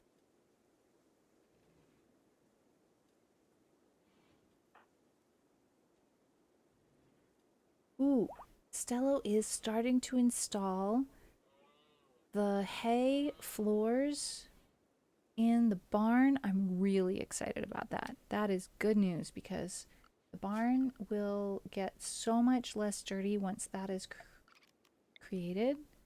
Very happy that we are finally getting around to starting to work on that. This yak has a short bow. That yak has some medicine. We could haul that. Melody, maybe you could grab some of that. Since you are bringing that alpaca in. That's convenient enough. That sounds wonderful. I probably will start my next break just a tiny bit earlier so I have time to make a cup of tea because I really wanted to make that on my first break, but it didn't work out because I had some other things I needed to do, which is fine. But I'm looking forward to a cup of tea because it really helps my throat. This is a kind of a like tea for people with a cold, and I'm definitely getting much better. A day or two ago, my energy started coming back, but I still have a bit of nose and throat annoyance, basically. I don't know what it was I got. I hadn't been anywhere or seen anybody other than the people in my household, but evidently they had been somewhere and seen somebody, and although they didn't have symptoms, they still managed to, you know. I will, but our next ad break is coming up soon enough that I will grab the tea. I will start boiling the water just before the next ad break. So I'll just take a slightly extended break when we get our next ad break. It'll be about 10 or 15 minutes, something like that. Oh my goodness, I'm so proud of everybody. They're doing good work, getting things done, and we even have a little bit of electricity in our batteries. And look, Kelsia, on your way back, could you cut that tall grass? Because it's amazing how fast a tiny little bit of something starts to slow down the production of electricity.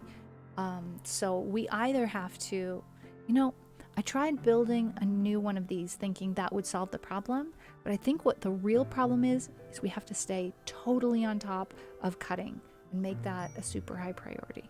I don't know how to switch the priorities for this field higher than anything else. I don't think that's actually possible. It might not be possible.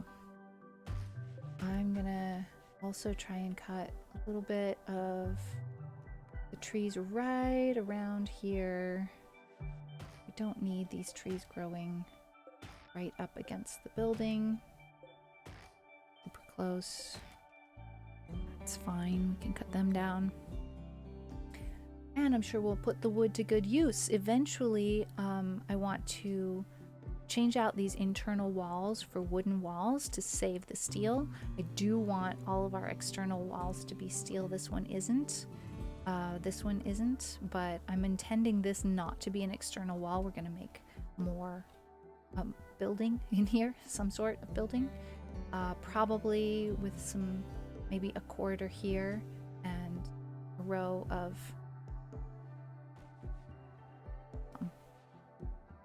here. But again, eventually we'll be moving up to this area, at least in part, if not in whole.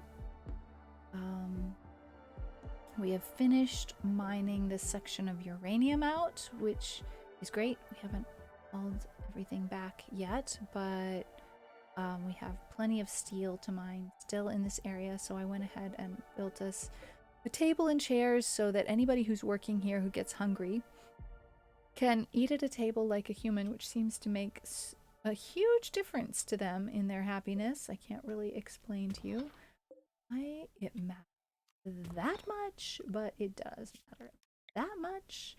It's the worst when they have to eat without a table, even once, but if they keep doing it, boy, will they be grumpy.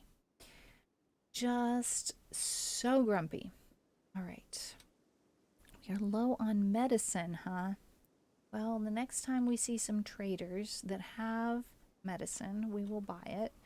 But also, we can plan to harvest some medicine when it's ready.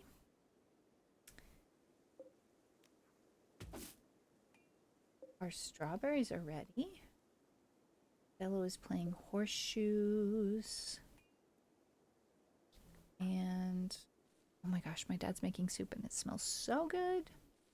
And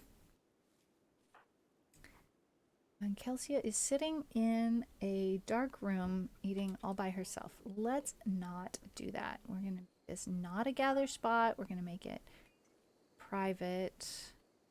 And I will prefer people to eat in the dining room. That's what I would like. All right. This limestone table will get hauled to the stockpile when there is room. This awful table is getting reinstalled in Dela Cruz's bedroom. Put it here. Eventually, swap that door out for a wall, but I can order that already. Nope, we can't order. We can only order deconstruction. Okay. Let's see. People who don't want an awful bedroom might eventually want some more furniture. Let's build a dresser here. It's really Melody that especially some nicer furniture. We might move this lamp. I think to make room for a little end table. bedroom is dirty? Don't know whose bedroom. Kelsey. Okay. Who can help with that? We're getting the corn harvest in. There's still time to plant another bunch of plants. And Delacruz are gonna harvest the strawberries. Delicious. Delacruz prefers to eat raw food. So Delacruz will be very happy with the strawberry harvest coming in. Actually, everybody likes to eat raw berries. That's a thing everybody enjoys. We're going to try to get these plants cut as well. Don't know why people aren't really doing that, but I guess we have other priorities than cutting down plants here. Ultimately, we just don't need plants in this area.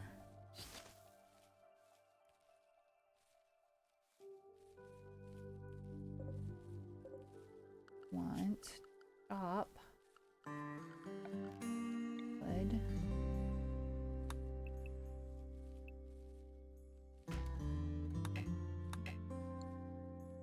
Not grown enough. Well, maybe we don't need to wait. If it is, we'll just use the cut plants. Not like we don't have enough wood resources. We'd rather have clear sight lines. Don't know how to cut those brambles. That's unfortunate. Okay, let's see. Is it too early to go make a cup of tea? It might be. I'll wait another couple of minutes. We'll make a cup of tea. Why do we still not have electricity in this room? I think some more routing issues.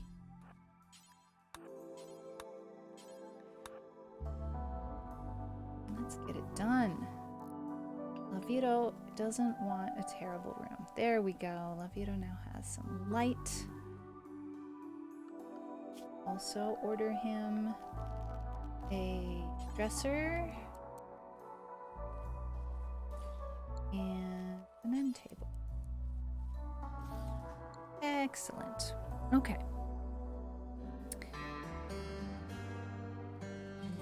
Got the whole berry harvest in. Very happy to see that. We should go ahead and pull the corn in prioritarily. We don't have enough room to store it all. That's a bit of a problem. Let's increase the size of this zone. And we're going to add a new stockpile zone just for meals.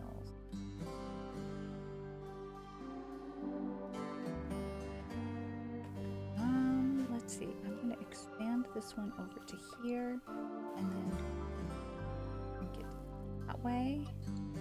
And create new stockpile meals. Oh, that didn't. Shot myself in the foot. Whoa, whoa, whoa. What just happened?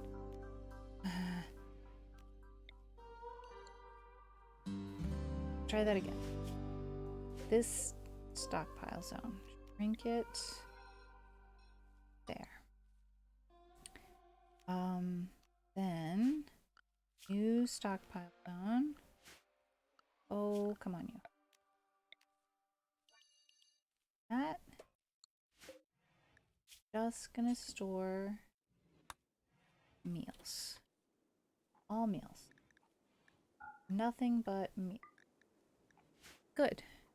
Now, we can expand this one back a bit. One of those should be bigger.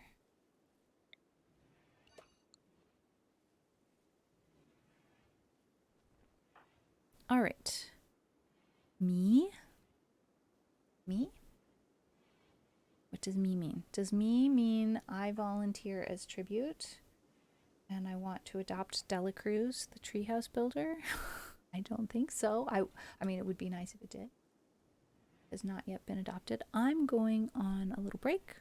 I'm gonna make myself a cup of tea. We're gonna pause the game, and I will be right back. If you want a cup of tea, now's a great time to do it. I will see you in a little bit. Chu. Se mi diris tion, mi jam forgesis. Mi credas ke mi ne diris tion.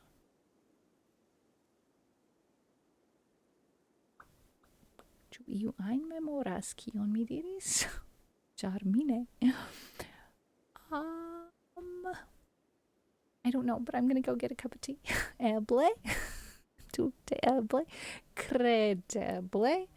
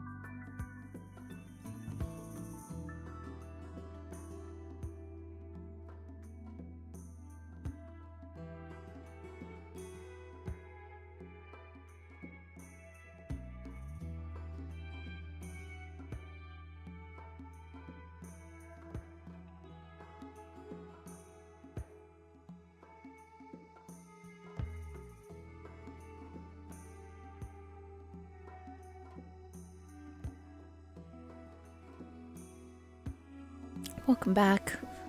I am back with a tea that is steeping and a lap blanket. And I'm getting in cozy mode. I'm very happy to be in cozy mode. I might even put my hood up. Wait a second. I thrifted this top. Guys, I love thrifting. Let's see. Does this work? This doesn't really work. This isn't cool. But it's so cozy. I want to be cozy. I'll be cozy for a little while, and then I'll try and put the hood back down if I get. I'll turn my feet. You're warm. I don't know why I'm cold. I left the window open. There we go. That's enough window for today. I'm doing extra luften, but it was enough. I'll just have the hood up for a little while. So it's silk and cotton, I think. Raw silk. It's nubby. And I love finding natural fibers when I'm thrifting. It's a little difficult for me to go thrifting because of the multiple chemical sensitivity. A lot of thrifted clothes have a lot of either perfume odor or laundry product odor. But I bought a stripper, an odor remover that hunters use to remove human smells from clothes, and it helps. Also, soaking in vinegar and washing in vinegar helps a lot. I go through a lot of vinegar. I'm super sensitive to mold, and even though we have a top-loading washer, at least once a week, I have to clean it because otherwise I can smell that it smells moldy, and I don't want to put my clothes in there because I'm just putting mold in my clothes if I do that. So I have two different things that I do to the washer to get it clean. One thing is I run a really hot load with a small amount of water because I think the majority of whatever is growing is low down in it, and not like, I don't feel like I have to fill the whole thing up with water in order to do a wash cycle, but there's a special cycle of the machine that's for cleaning the machine. So I put that cycle on with really hot water, and I put in a whole bunch of vinegar with a small amount of water as I can put with a large amount of vinegar, and let it go. And boy, is that load loud. It just sloshes and sloshes, makes a whole bunch of noise, but gets it clean. And then, so I do that every other week. And on the other weeks, I use a washing machine cleaner that comes in a little bottle with 2 doses. Pour half of that little bottle in. And if I would do one or the other every week, I don't know if you can hear that sound. It looks like you can't. You can't. Okay. My tea has a tiny bit of water on the bottom of it, and the heater element, my mug warmer, is making some noises. But here's my lovely cup of tea. And it's, see this? It's very dark in here. It's from Yogi brand tea. I don't know if it will tell me.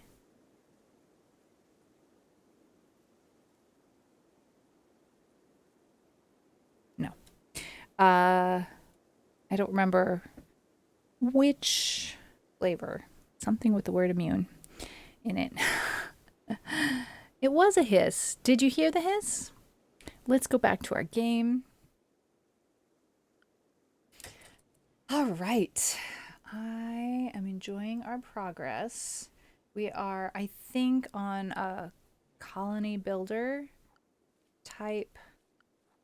I don't know how to access our options, maybe? Gameplay options? Storyteller settings. Yes, okay. Community Builder. I was going to guess we were either on Cassandra Classic Community Builder or Phoebe Chillax Community Builder. I was suspecting we were Phoebe Chillax, but we are Cassandra Classic Community Builder. We could change this at any time. It is a lemon flavored tea. I got it recently when we couldn't find throat coat tea, which is a tea that I've always enjoyed whenever my throat doesn't feel good or when I'm singing. But this tea is what we could find at the grocery store, and it's definitely doing the trick. I'm very happy with it.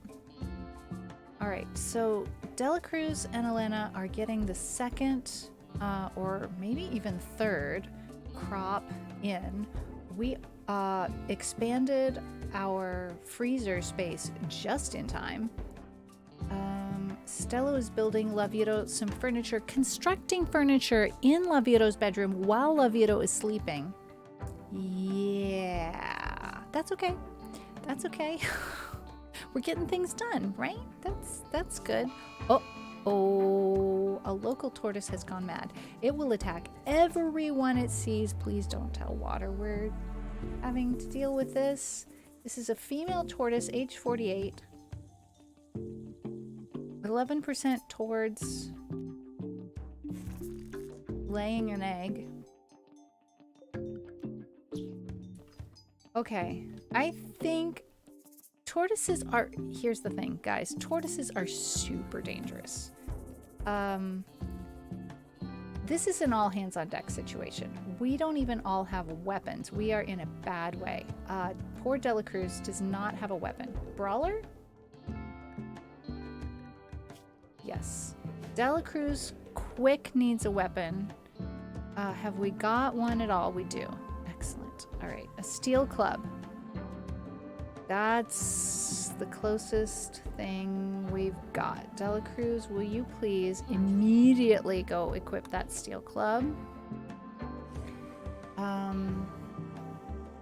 We really need our shooters here.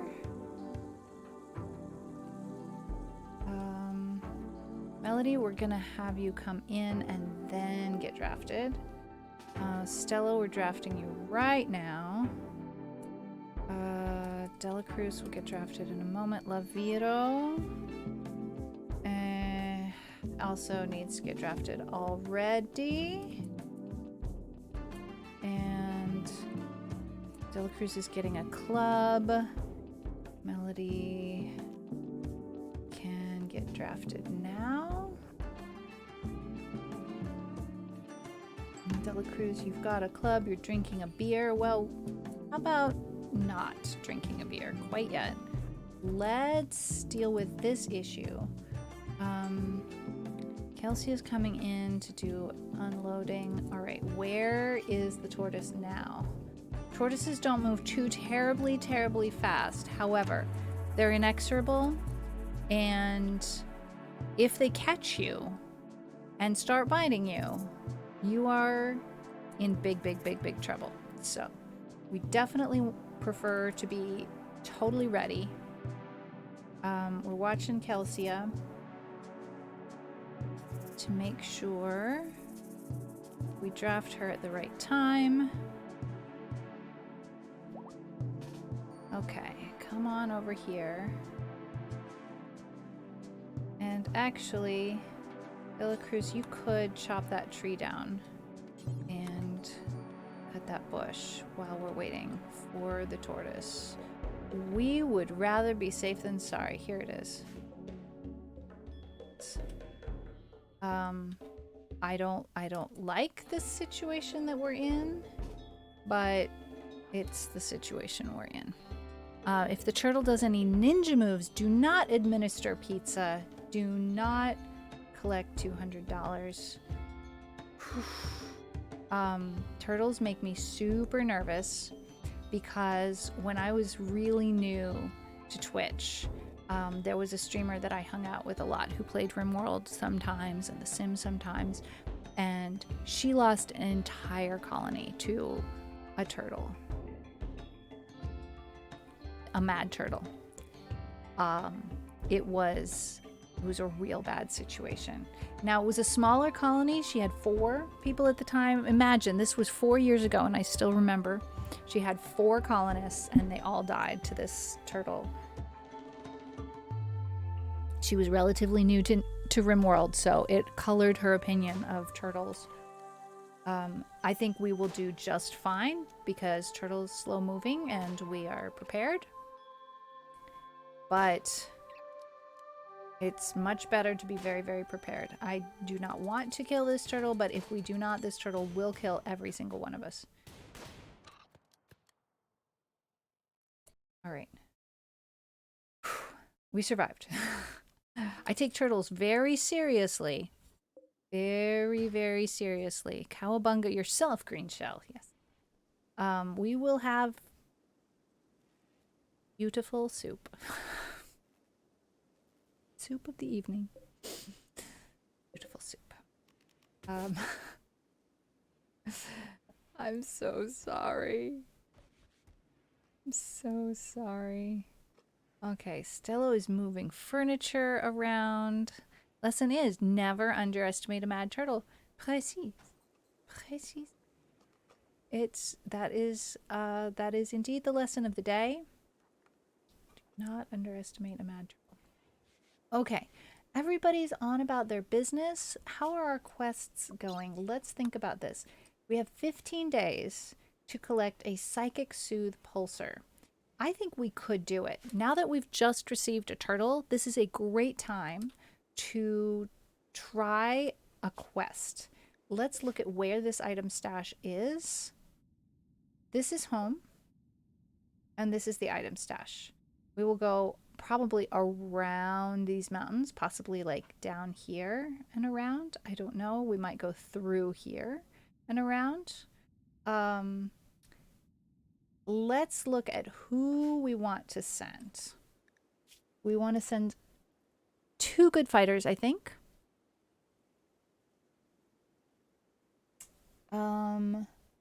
Stello is much more helpful here at home.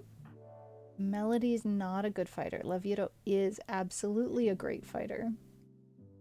I think I will send Lavito with either Kelsia. Yes, Lavito and Kelsia. Now, they are our best fighters.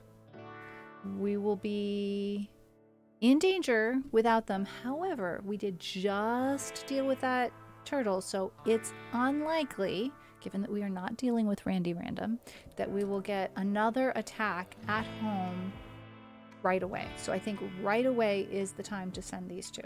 Let's prepare to form a caravan. Oh, we're going straight through the mountains. Interesting. It's going to take us a day and a half. Lavito is going. Kelsia is going. Oh, our beer is pregnant. That's cool. We will take... Let me look at the route again. We could trade with these friends here and then go that way. Let's take advantage of this situation. Hang on now. We're gonna look and see, do either of these people trade? Kelsey is great at trading. This is perfect. This is perfect. Okay, we're gonna make this a trading caravan, and then we'll go on to this place here. It'll be a 2-day trip now there, sometime there, a 2-day trip back. Who's going? Lavito and Kelsia, yes.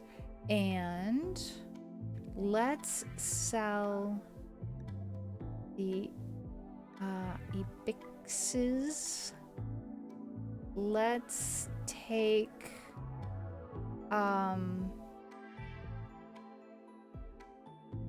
2 donkeys.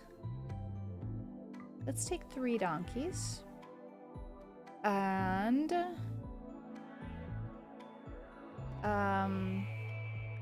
1 yak. We don't know what we're going to find there. Ah, yes. Diacritical marks matter, don't they? Very much, very much. The microphone is not sideways. The microphone is where it presently should be. Hi, rotate mic. My rotate mic command is currently on timeout. My mic is pointing at my mouth. I can tell because I see the little light. But I appreciate your efforts on behalf of my audio. Part of the problem is I have a virus and it makes my voice soft. So, thank you for your efforts on behalf of audio in the stream. You are appreciated. Thank you for being here. Welcome in. Let's see. We'll take some alpacas.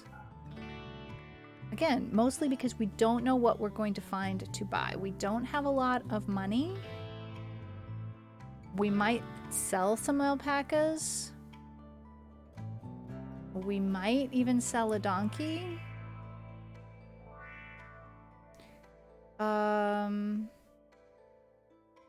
We could take a couple of roosters. We don't need to have 3 roosters when we only have 3 hens. I think that would be fine. Let's check our travel supplies now. I wish we had more simple meals. We'll be a little bit hungry. We might have to buy some food. We're taking these 2 plain leather bedrolls. Yes. Let's take some herbal medicine. We might sell some herbal medicine. We'll take some berries. Maybe some more berries. That'll do. And the items we're going to take to try to sell include blue fur, bison wool,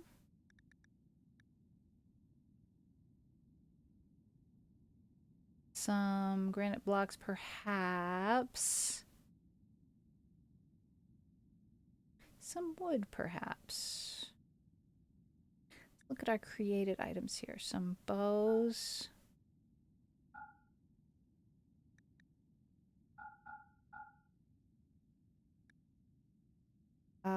This shirt. That silver.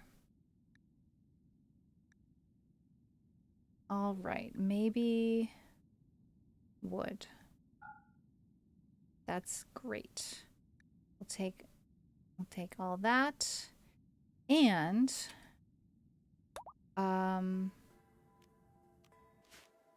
in the meantime, I'm actually going to have Lavito not prepare the caravan, but instead make meals.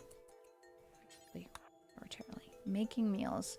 We'll add all of those meals to the caravan.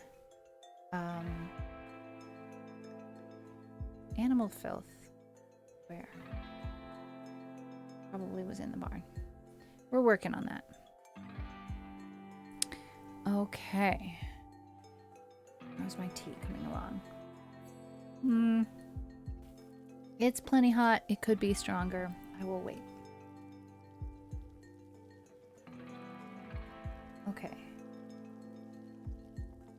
So, Kelsia is working on getting the caravan ready. Here's our caravan preparation spot. This alpaca still has stuff from the other caravan. I'm going to let nature take its course there. This yak still has carrying stuff from the last caravan. This is a lot. Okay. Lavito, if you could also do a little butchering as well as cooking, that will be great.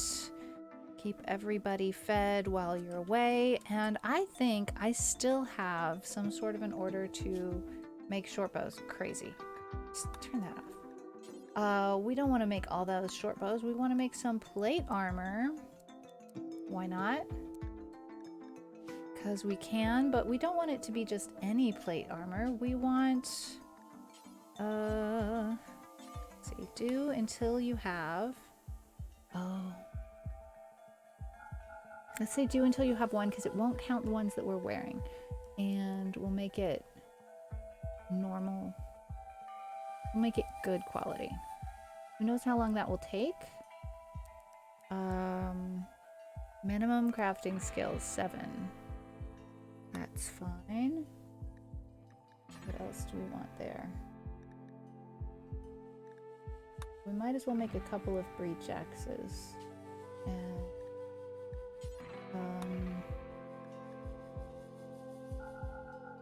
let's make them good quality as well.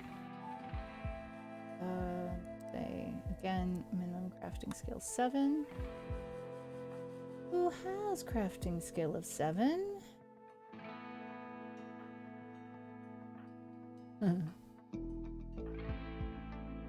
Uh-oh. Okay, that won't work. Alright, let's try that again. 3. Does anybody have 3? 2. 2. 6. Okay. Alright. Oh, and 11. Alright. Excellent. We'll make it 6.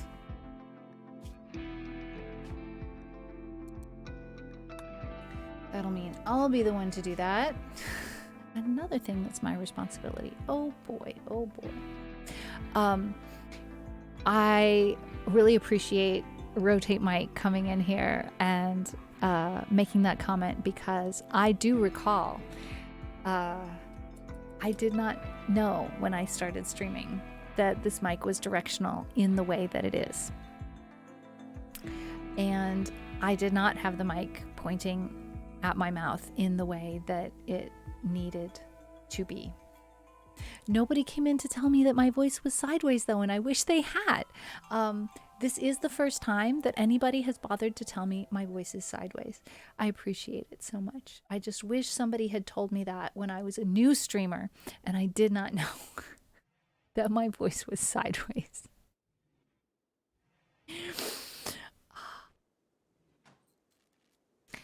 So let's see. I've broken everything. Sorry, guys.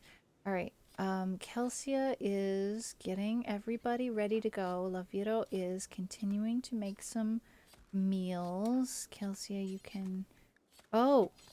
Our caravan's going to be overweight, huh? Why is that?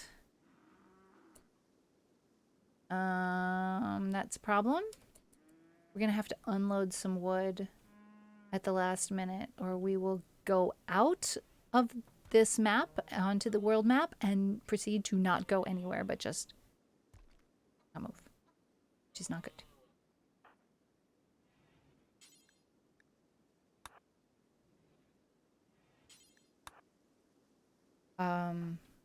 That is a potential disaster for a caravan. So when they start loading up, I'm going to have to take like 1 load of wood and just drop it right where it is. Deal with that later. Melody sat patiently near the muffalo.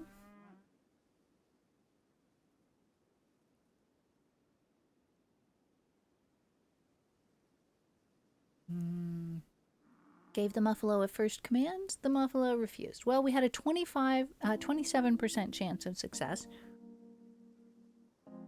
And every time Melody works on that, she gets better at it, which is excellent.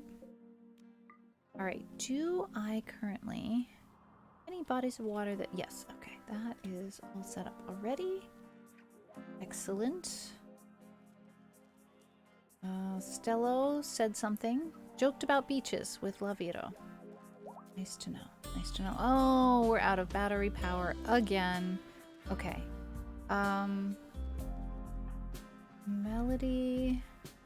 Let's see. Could you cut that grass? You wouldn't think that that piece of grass was going to cause a problem. Let's also try moving these in case that's making a difference. I don't know. If it is, I want to move all of them. That's annoying. Cancel that. Cancel that. Cancel that. Let's see if that helps at all. It might. Hello is praying in his bedroom. Dela Cruz is getting a meal. Excellent. Talking with Lavito about breakfast cereal. Beer for breakfast. Very European. German, perhaps. Let's see. Dela Cruz, maybe you could go ahead and work on that chair while you're in the room. And Elena needs a meal. Now, why is there a table in the freezer? Done something wrong. Only meals are allowed here. Why is there a table there? Melody and Kelsey are quipping about eating without tables. We're working on it. We are working on it.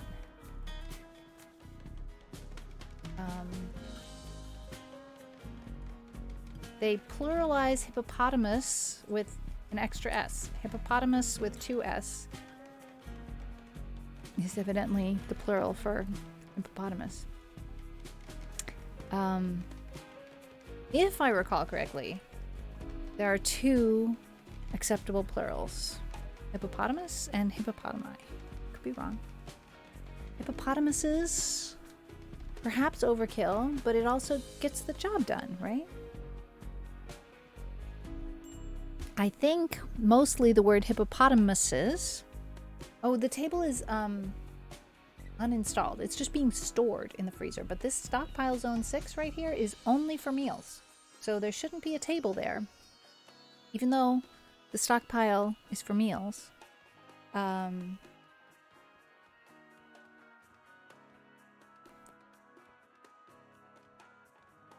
It's not for tables. Just for meals. All right. Lavito is forming a caravan and gathering supplies. I'm gonna have to wait until they start to drop some of the wood, like say this here. 30 kilograms should do the trick.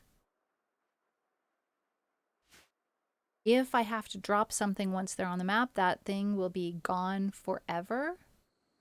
So I hope that it doesn't come to that.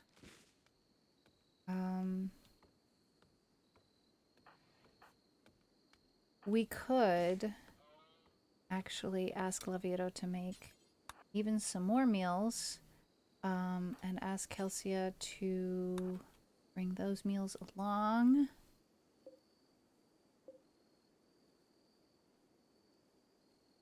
We still haven't created a floor in the freezer. We've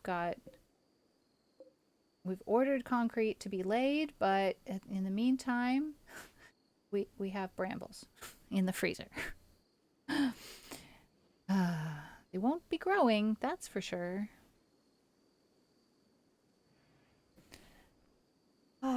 Let's see. Kelsey is bringing those meals along.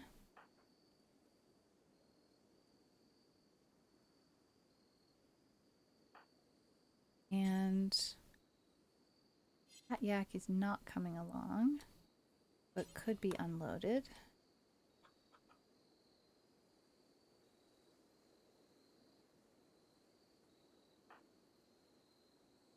And we're sowing hay. It's good news. We have time for another crop of hay. It's still midsummer. 13th of August. What is Dela Cruz up to? Also going to work on sowing hay. Excellent. Meanwhile, is making things happen with moving stuff around. And Lavito is making more meals, which is just what we need. Minor break risk, Kelsia. Yeah. Are you looking forward to the party? No, you're looking back to the party. You are looking forward to traveling, but you're tired and it's brutal outdoors. Oh.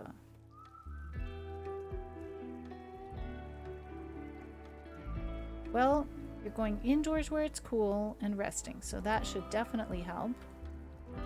Let's plan to haul all of these things here out of there, and we'll make a concrete floor.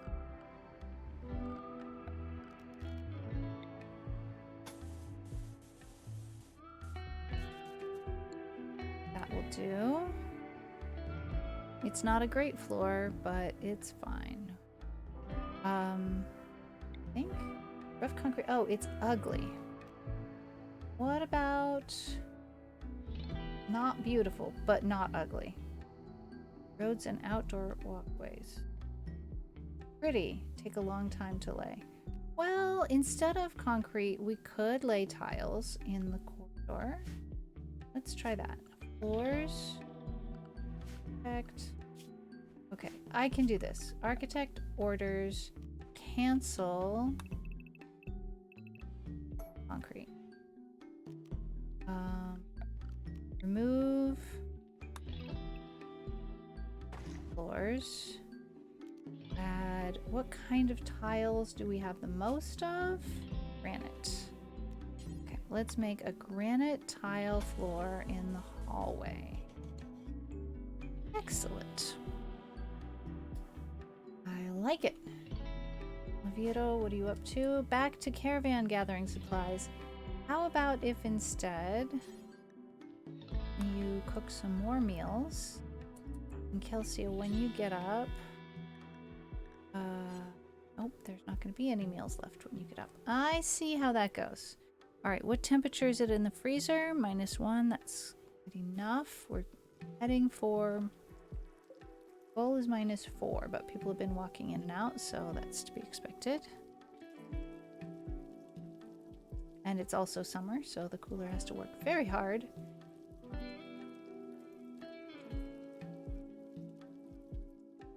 We need to cut some of these plants. Elena, please cut that tree.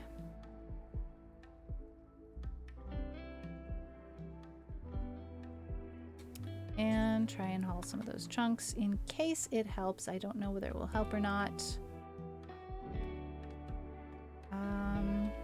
Okay, Dela Cruz, can we prioritize some building at this point? Let's look at your work priorities. Because we have planted everything and nothing is harvestable yet, let's increase the priority of construction temporarily.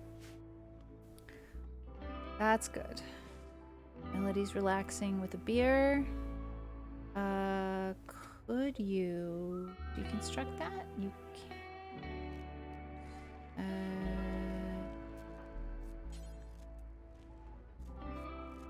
Running out of electricity again. Nothing I can do about it, I think.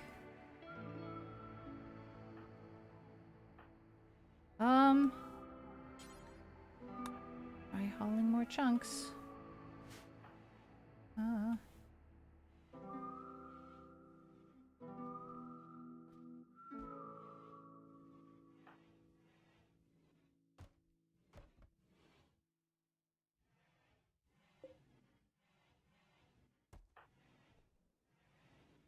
Ay, ay, ay.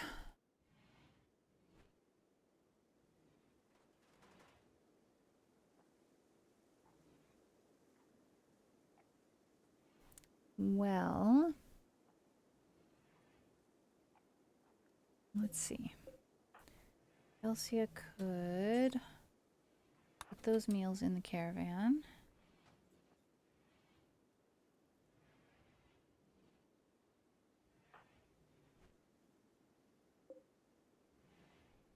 What is going on? Why is this...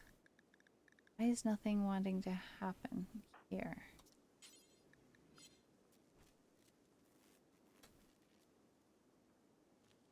It's not because there's no electricity. You can cook there even when there's no electricity. Pretty sure. It just takes longer, right?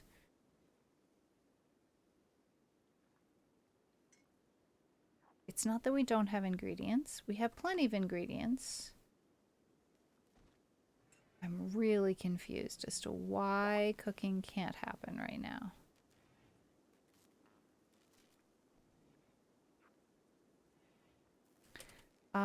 Let me look at our research here. We have not researched geothermal power, and I think we've got to make that our next priority. There's a geothermal vent here next to these buildings. There's a geothermal vent here next to this building. And we are just not succeeding at keeping enough electricity to make things work. It's like these wind turbines are just absolutely insufficient for our needs.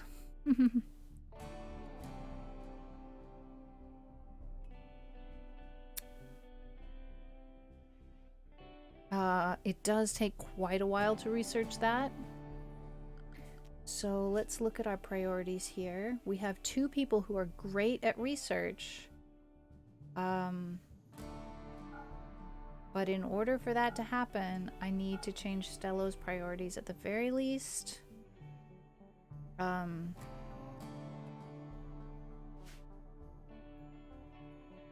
Okay. I think that will help. Our hospital is also a research facility. That is completely normal, right? That's a thing. Lena's going to rest. Melody is stocking up on medicine. Maybe you could clean in the hospital while you're there.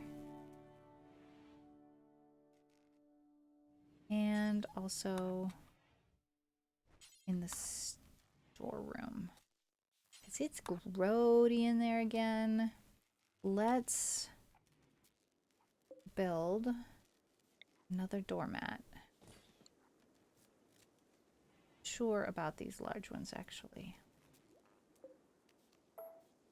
Their doormat. Miscellaneous. Checkered doormat. Wait, make it out of alpaca wool because it's a renewable resource we have. We need to save the cloth for the carpets. And we still have not got around to starting installing carpet. Melody's room. Oh no! Hang on. Can we turn around and go back in? We can. Excellent. All right. We have to stop. We have to kind of rebuild this caravan here or get them turned around and going back out again. Caravan is overloaded. We're going to drop this wood. And this wood. That wood. Can we just go? Don't think it works that way. Doesn't. We have to like literally start over creating the caravan. This is so frustrating. Wait. We're not there. Cancel. Okay, we have to wait. How frustrating.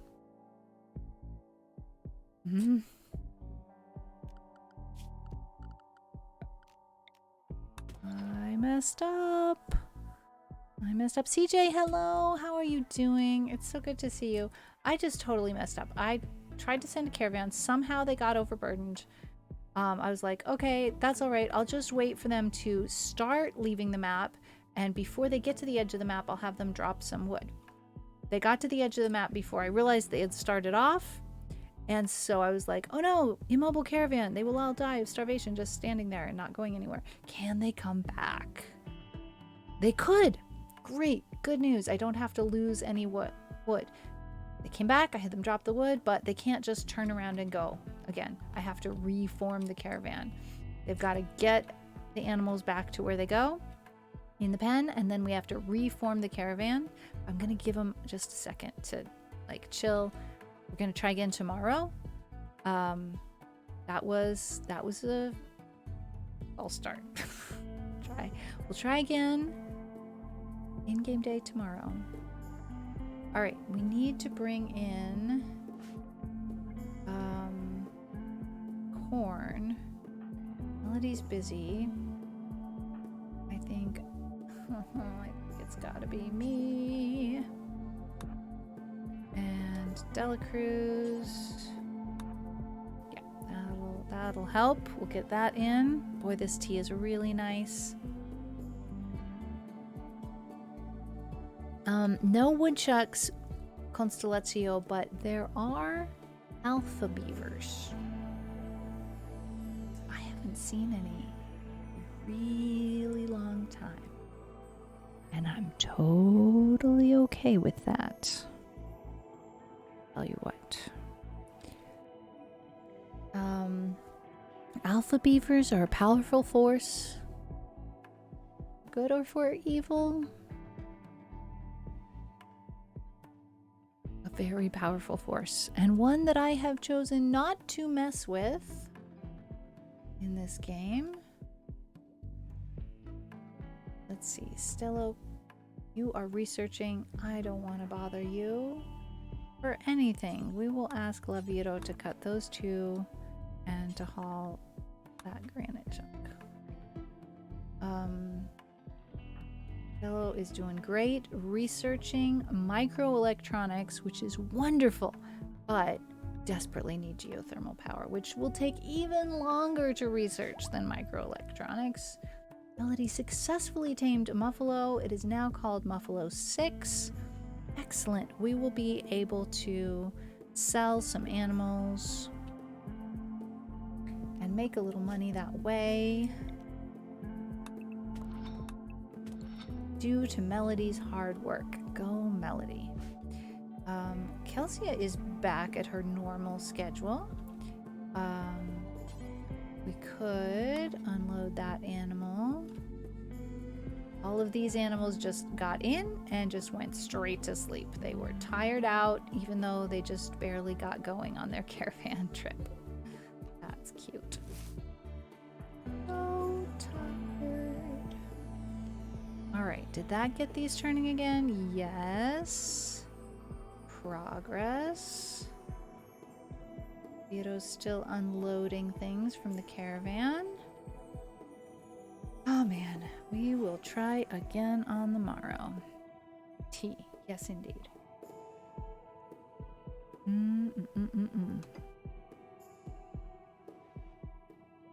Okay, we're bringing in the corn harvest. West active, diplomacy. All right, Amelia Mousy Morin, Prime Counselor of Doin, has sent us a message. He wants to talk with us in a nearby location. It could be a great opportunity to improve relations with their faction and receive gifts. But beware, a poor negotiator can cause more harm than good and may even anger them. Jump to peace talks. Now, it's a 1-star diplomacy mission, so I think we should try. However, it's in the other direction. Oh no! Well, we didn't even have a chance to go to the peace talks before we got a raid. This is an interesting situation. I really kind of, this type of moment is the moment where I most regret being in permadeath commitment mode, because it's very unlikely that we will succeed in the way which I wish we could succeed. We are being attacked by one person who happens to be Laviro's cousin, which means he's not only related to Laviro, he's related to multiple people in our colony, I think. Possibly, probably. It's possible he's only related to Laviro. If we succeed at downing him without killing him. Oh, there's 2 people attacking. Let's look. If we succeed at downing him without killing him, we could make him a prisoner and recruit him However, chances of that are very slim. He has a great weapon, but poor skill at using it. Our best move is going to be to close on him with fists. However, he has a friend with Molotov cocktails who we do not want to close on. In fact, we want to shoot that person from a distance, from a much greater distance than the Molotov cocktails can travel. The Molotov cocktails, I wish I could learn something about. Let's see. Information. What is their range? It's a ranged weapon. It's a kind of a grenade, treated like a grenade. It does damage 10 with a stopping power of 0.5. Cannot penetrate armor. Well, we don't even have armor yet. We don't have the skill to make armor yet. I have skill level 6 in crafting, and armor requires skill level 7. The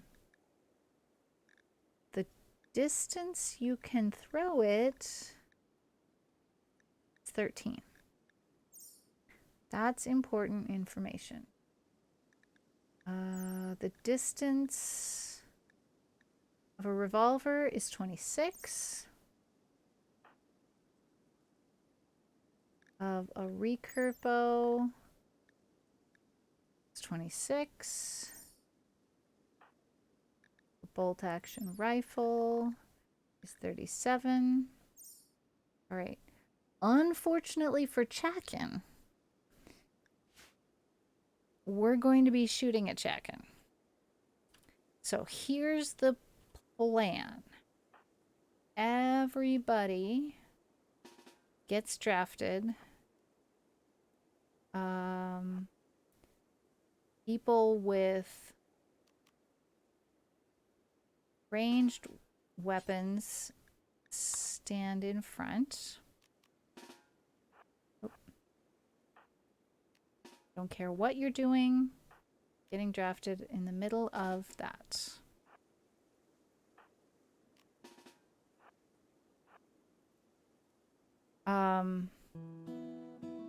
These are an issue. Hang on.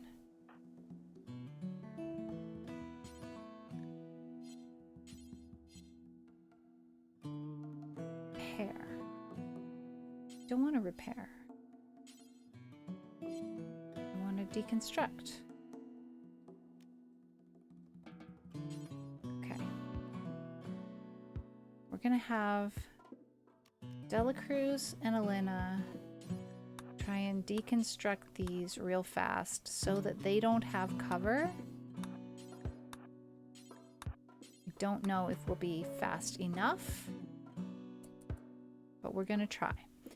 I'm going to try and very carefully make them shoot at Chakin, but not Robbie.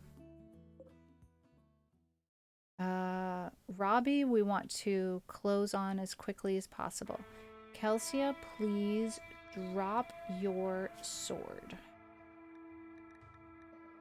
Because we don't want to kill this cousin of Laviro if we don't have to.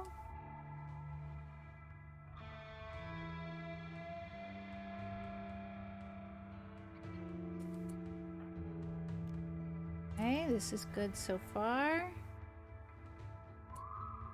Cruz, what are you doing? Please drop everything and come and work on this. Elena, what are you doing? Going for a walk? No, do not take the time to go for a walk. Drop everything and come and work on this project. Please, quickly. Melody's on her way with her recurve bow. Codex, welcome in. I am trying to survive this attack. That's not really a problem because we outnumber them, but I'm trying for Robbie to survive this attack because Robbie is Laviro's cousin. Attacking us, not friendly, but if we can capture him, we could work on making him friendly. I swore I was following you from forever ago. I had that happen to me just yesterday. I went into a stream and I was like, no, it was the day before yesterday. I was like, you haven't streamed in a long time, but I know I was following you. Not following. So I honestly think this has happened to me a lot of times before, and I've seen it happen to other people. I think Twitch unfollows you to people if you don't hang out there all the time, which, you know, how many people am I following? I can't hang out at all of those streams. That's just not even possible. Aw, I'm so glad. Wait, is Soundworks streaming right now? Is Soundworks streaming today? Because I'm going to be done pretty soon after, I think after this battle, we're probably going to head out. I had a bug in a bot and I mass unfollowed a group. Oh no. Oh, from last time. Okay. All right. Dela Cruz is doing good work. Lena's doing good work. We're making quick work of this. They are, wait, where are they? They're still down here. Oh, they're not attacking instantly. We have a minute. We may have more time than we want, actually, right now. Why? Rotting. Why? What temperature is it in here? 10 degrees. What's going on in here?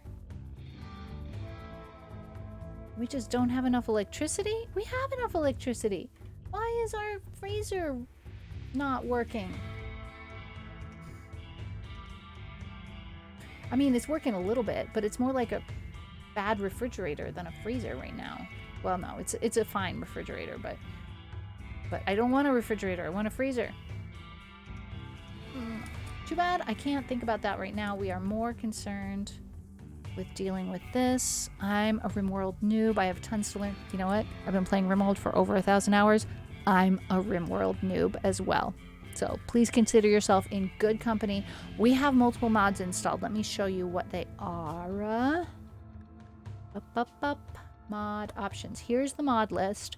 It's mostly quality of life stuff and a few things to make me happy as a streamer. The interaction bubbles shows what people are talking about, either to each other or to animals, if they're talking to animals. Labels on floor is what you see with like the here, this says stockpile zone right here, stockpile zone right there. It labels some stockpiles, rooms for what they are for, and it labels fields as well. Most of these are quality of life stuff that make them make better decisions. Your mod list at the moment, I recommend it at first. Also, some computers really struggle to run RimWorld with mods. It's a lot. So yeah, there are some great mods out there, but it's very, very easy to get carried away. I have used the multiplayer mod and I enjoy it.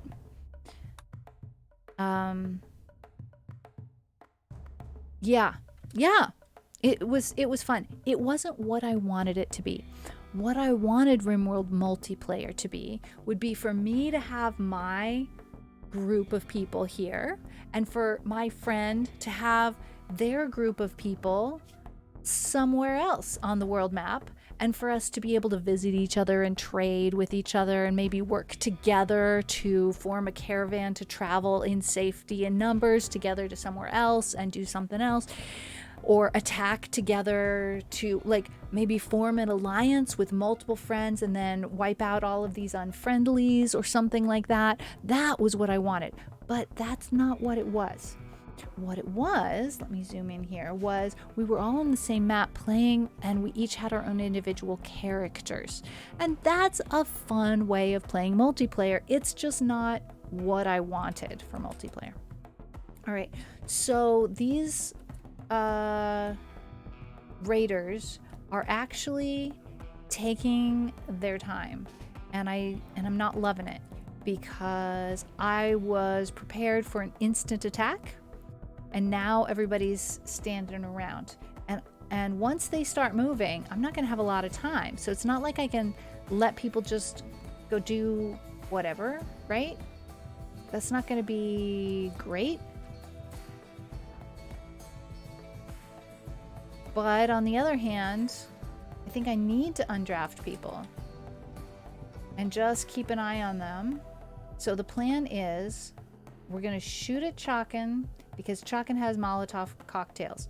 We need to get Chakin to stop approaching, whether that means down or dead. We have to get Chakin to stop approaching before she closes to the distance necessary to get that Molotov cocktail at us. Then we drop all of our weapons and try to punch Robbie into giving up. It's possible Robbie might run away once we kill Chakin or down Chakin. I doubt it, but it is possible. So I need to just watch and listen to see when the attack is going to begin. Stello is working hard on the research for the microelectronics. As soon as we're done with that, our next priority is geothermal power. I'm not opening up to a vote this time because I am struggling so much with having enough electrical power to do what needs to be done. It's just kind of not working out for me right now.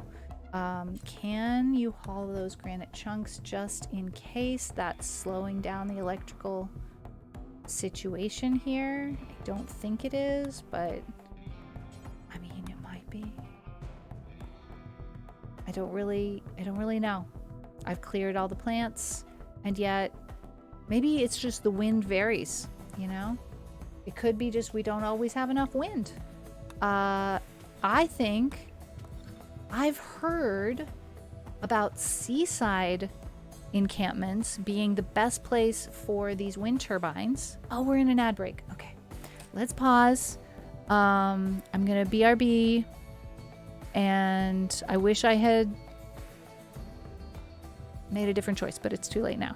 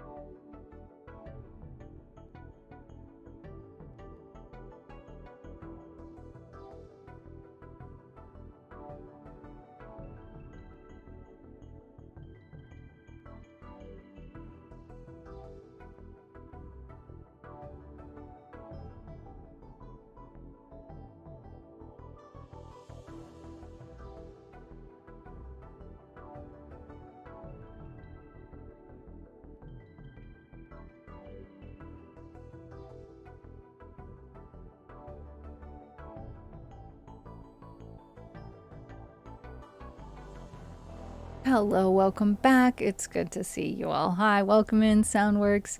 It's good to see you. Codex was mentioning that he had accidentally unfollowed, but it was thanks to getting reminded in your stream that I stream. So that's why Codex is here. Codex here is here. I mean, yes, thank you for that shout out for Soundworks.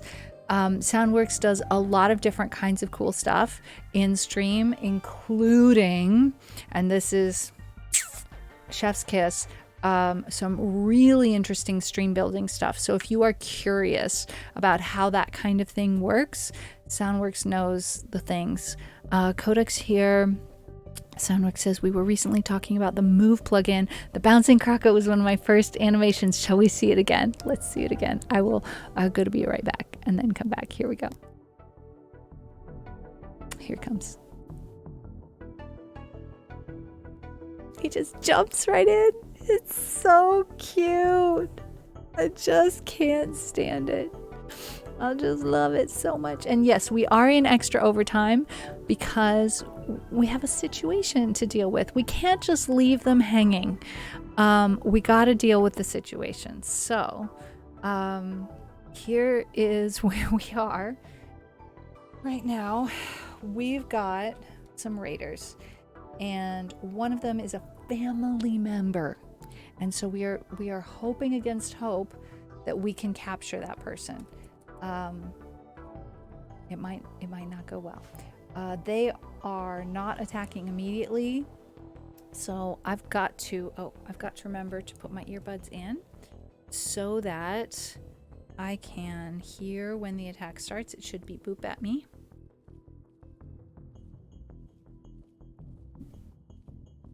So that we can get all hands on deck. We have a plan. We just need to enact said plan.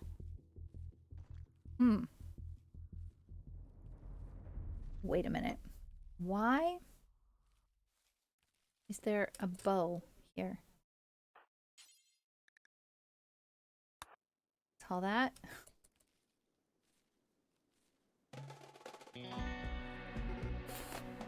That music. Oh, Outlanders are beginning their assault. It did not beep boop.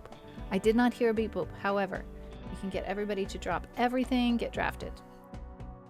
Everybody's asleep. Wake up. Wake up. Raiders are beginning their attack. Kelsia. Oh, Kelsia already has dropped her weapon, which is good. That's actually what we want because we have two enemies, one of whom we are going to shoot, and the other of whom we are going to try to punch with fists. Because we don't want them to die. Them raiders be taking their sweet time. Yeah, they're at it now. All right, Delacruz, you are going to drop that club. And everybody else, we are going to shoot at Shaken only and not Robbie. So I need to watch when they start to shoot. They're coming in from that angle. That's interesting. Let's move you two. And move you here. And move you here. That will work better. Are you guys gonna... What are you gonna do? Are you... What are you doing? Okay. So, now everybody who shoots... Hang on. Melody, come here. Everybody who shoots... No, not Kelsia. You're the people who shoot, right? Yes. Everybody who shoots, shoot there. Oh no, that's not shooting.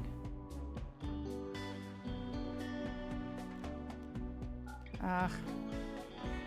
That didn't go well. Ugh. Alright. Chakan is down. Chakan is dead. Alright, everybody, let's see. Do we want everybody? Let's just strategically plan here a little bit. Melee 9. I think at that rate, frankly, you need to be out of the fight because you could accidentally kill somebody with your fists. Melee 4. That's a little more reasonable. Melee 3. Melee 4. Melee 2. Melee 3. All right. Let's do this. Melee attack, Robbie. Only if you have melee 2 or 3.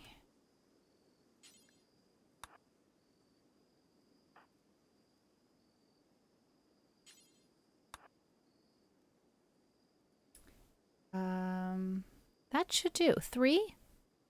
I think. 3 people? We're hoping to close quickly. You two can get undrafted. We're hoping to close quickly so as not to get shot. Oh no, wait. Gosh, bad planning. We're going to be pistol whipping, and that's not the plan. Not good. Meanwhile, we're taking time to drop weapons while getting shot at.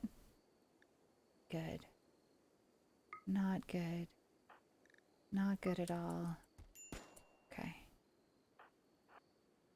He only got 1 extra shot off in that time. All right, please don't kill him. Please don't kill him. Please don't kill him.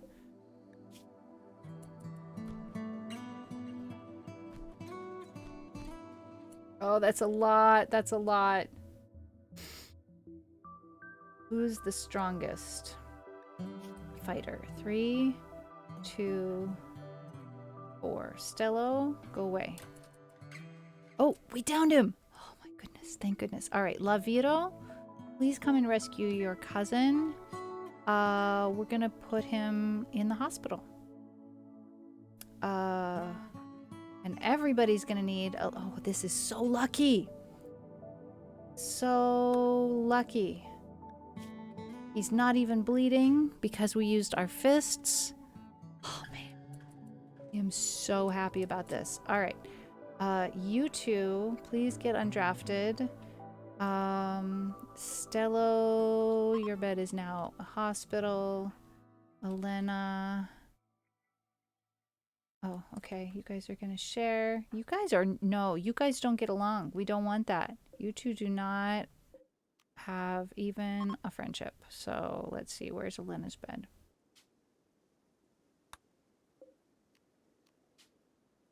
That's Stello's bed. Right? Confused. Medical.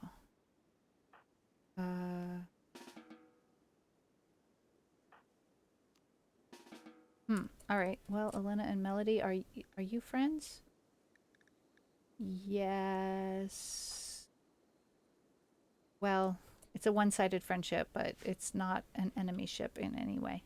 Laviro is going to rescue Robbie. I'm so happy. All right, we'll get everybody tended. Medical care. How badly hurt are folks? Melody is the worst hurt. So we'll have Melody prioritize, Lavieto prioritize taking care of Melody.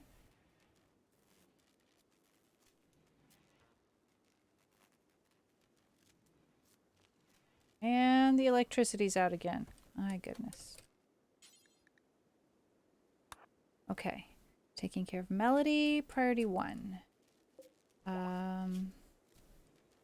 Taking care of Robbie, priority 2. Where is Stello?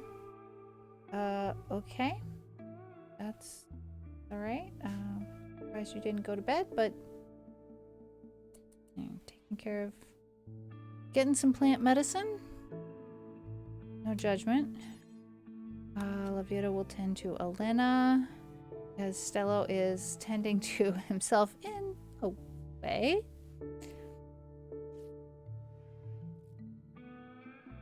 And when Stello goes to bed, Lavieto will come and apply some band-aids.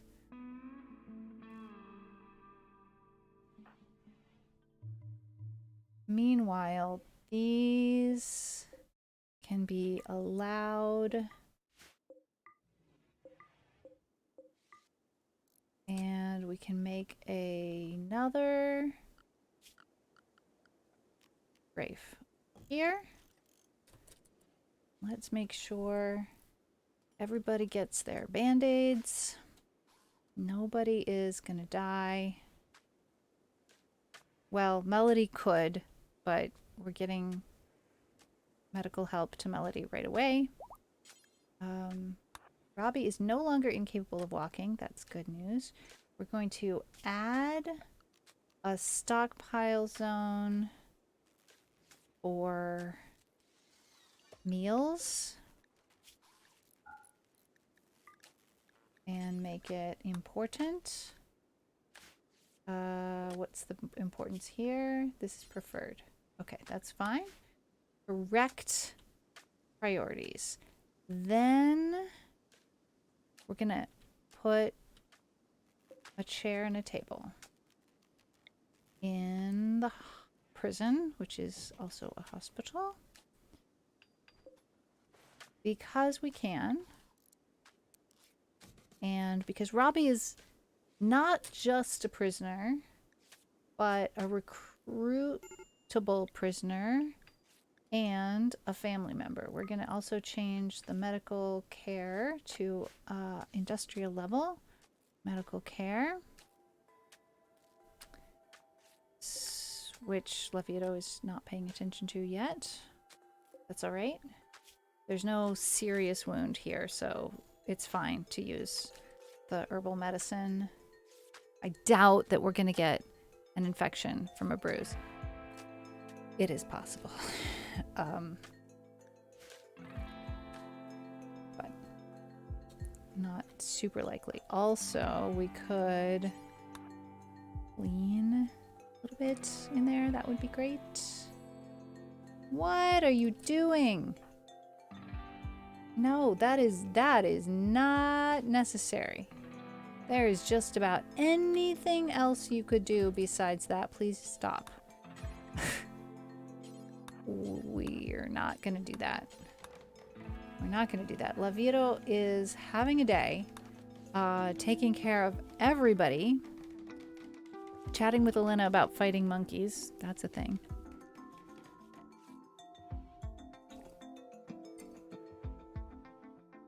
Gonna have to watch Dela Cruz so that she doesn't try to feed raw meat to Robbie, who will not appreciate that, I don't think. No. Robbie will not appreciate that. He is ravenously hungry, but he doesn't need to eat raw meat. We can feed him something else. Ugh. Can we try feeding him ambrosia? Is that a thing?